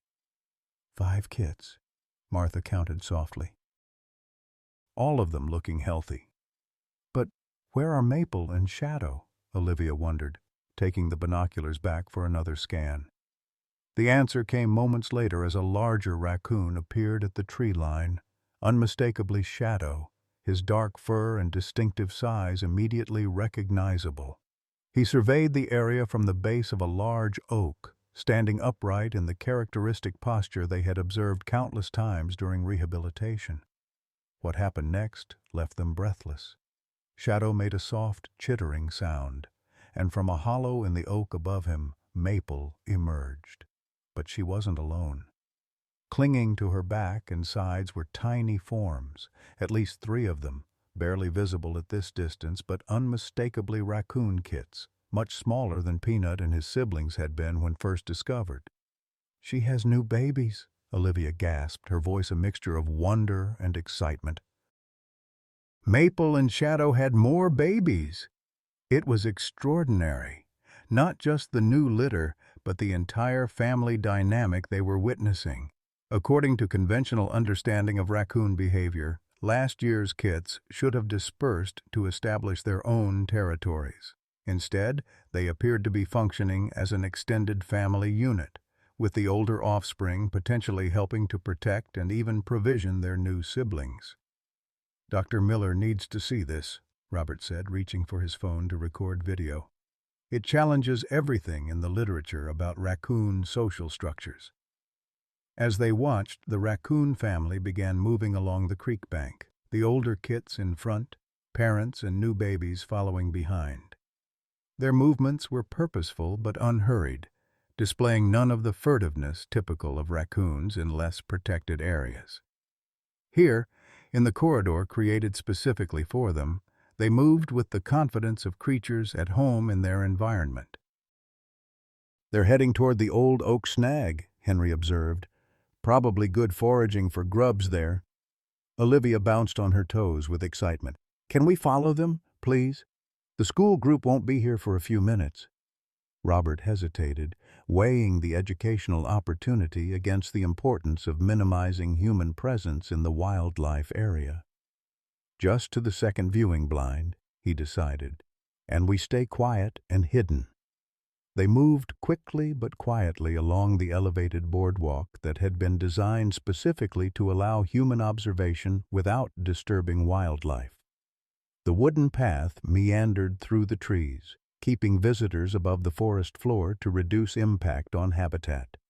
At the second observation blind, a simple wooden structure with narrow viewing slots.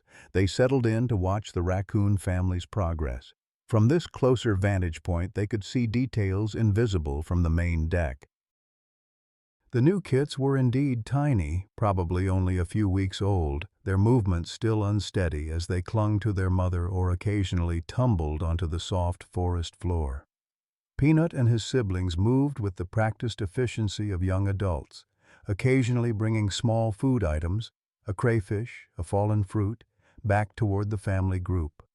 "They're helping feed the new kits," Martha whispered in amazement. "I've never heard of raccoons doing that." "Cooperative breeding," Robert supplied.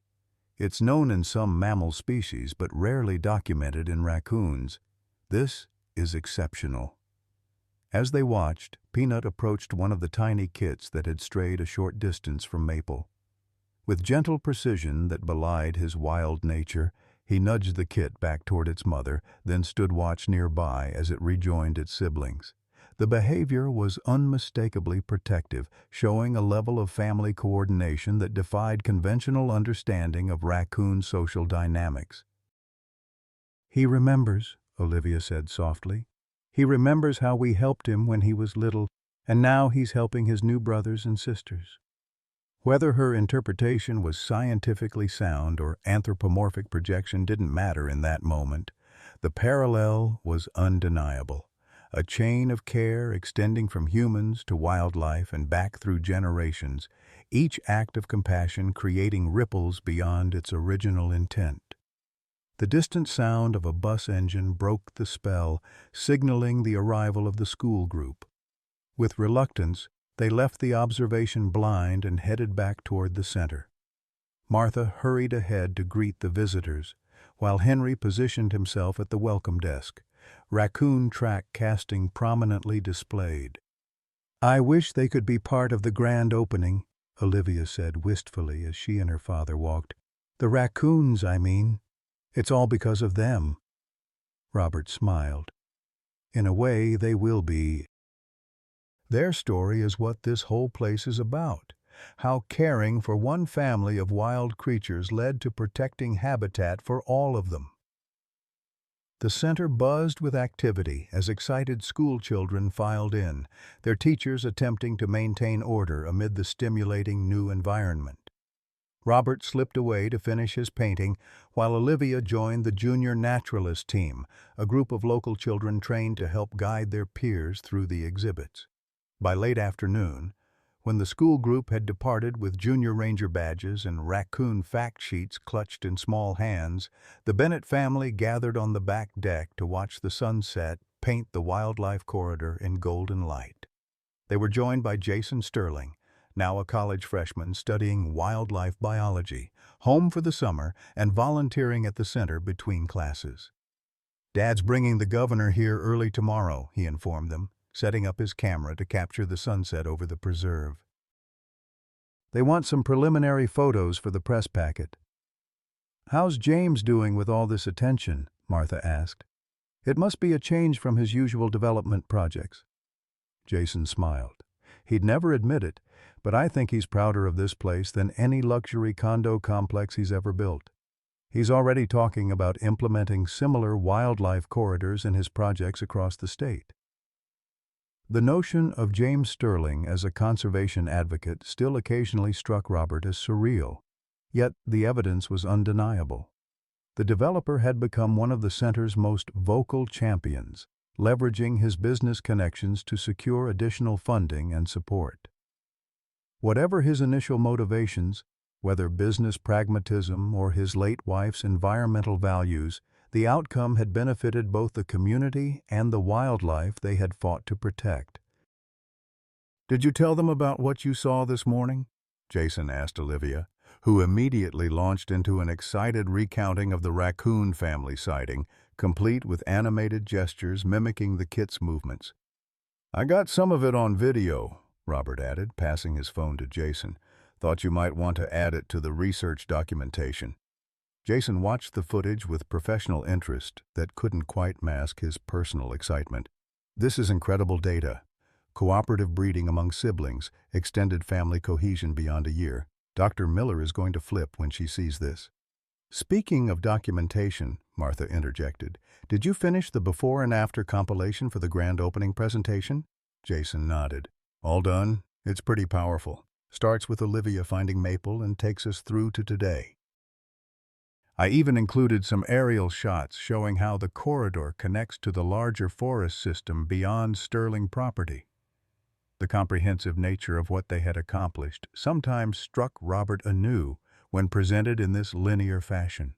What had begun as one sick raccoon's rescue had expanded to protect over 60 acres of continuous habitat, create an educational resource for the community, and even shift development practices in the region. The ripple effects continued to spread outward in ways none of them could have predicted. As twilight deepened, they reluctantly prepared to leave.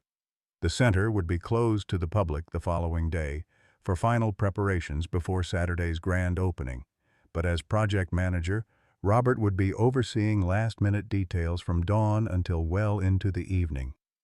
"Can I stay at the observation blind a little longer, Dad?" Olivia asked as the others headed toward the parking lot. "Just until dark." "Raccoons start coming out at dusk." Robert exchanged glances with Martha, who nodded her permission. 20 minutes, he agreed. "I'll wait with you." Father and daughter returned to the second blind, settling onto the simple wooden bench as the forest around them transitioned from day to night. Birdsong gave way to cricket chorus, and the rustling of daytime creatures yielded to the subtle movements of nocturnal life awakening.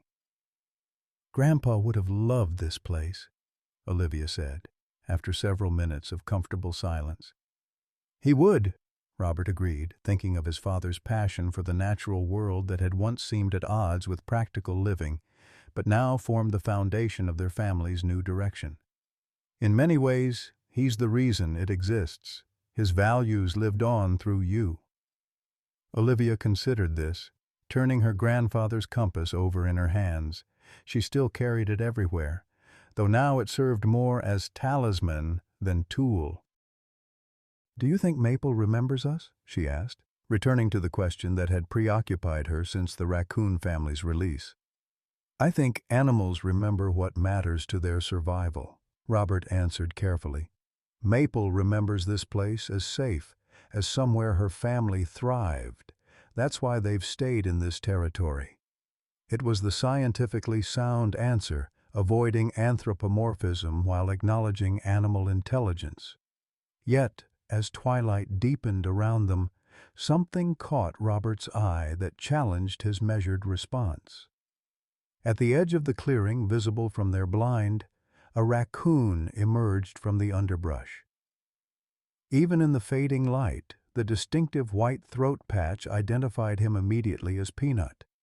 He moved with the confidence of a young adult raccoon in his prime, pausing occasionally to investigate interesting scents or sounds. What made Robert catch his breath was the raccoon's trajectory.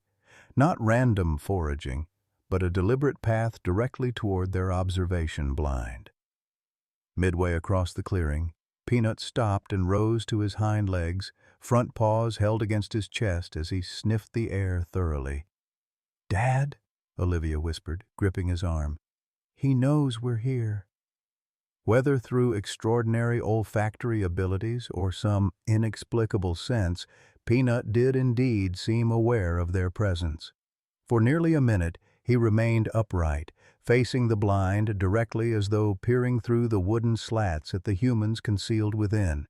Then, in a gesture so deliberate it defied coincidence, he approached a blackberry bush near the blind, carefully selected a ripe berry, and placed it on a flat rock directly in front of the structure.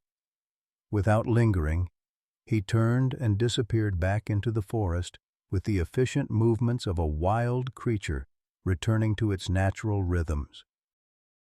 Silence stretched between father and daughter as they processed what they had witnessed. Finally, Robert eased the blind's door open and knelt beside the rock. There sat a perfect blackberry, not dropped or discarded, but deliberately placed. "He brought us a gift," Olivia whispered, her voice filled with wonder. "Just like Maple did that morning in our yard." Robert had no scientific explanation for this behavior, no rational framework that could contain the simple power of what they had just witnessed. Instead of attempting one, he simply nodded and carefully collected the berry, placing it in Olivia's outstretched hand. "I think," he said softly, "some connections transcend our understanding." As they walked back to join Martha in the parking lot, the wildlife corridor coming alive with nocturnal sounds around them, Robert found himself reflecting on the extraordinary journey of the past year.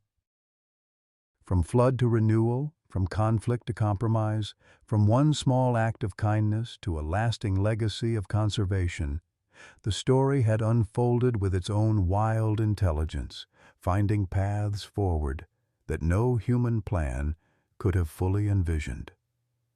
The raccoon's gift, whether coincidence or deliberate, whether driven by memory or instinct, seemed the perfect culmination of their shared journey. Like the wildlife corridor itself, it represented a meeting point between human and wild worlds, neither fully tamed nor completely separate, but coexisting in respectful proximity. The grand opening would bring speeches, ceremonies, and official recognition. But for the Bennett family, the true heart of the Willow Creek Wildlife Education Center had already been honored in the simple gesture of a once tiny kit who had survived against odds, learned from both parents and human caretakers, and perhaps, just perhaps, remembered those who had given him his fighting chance.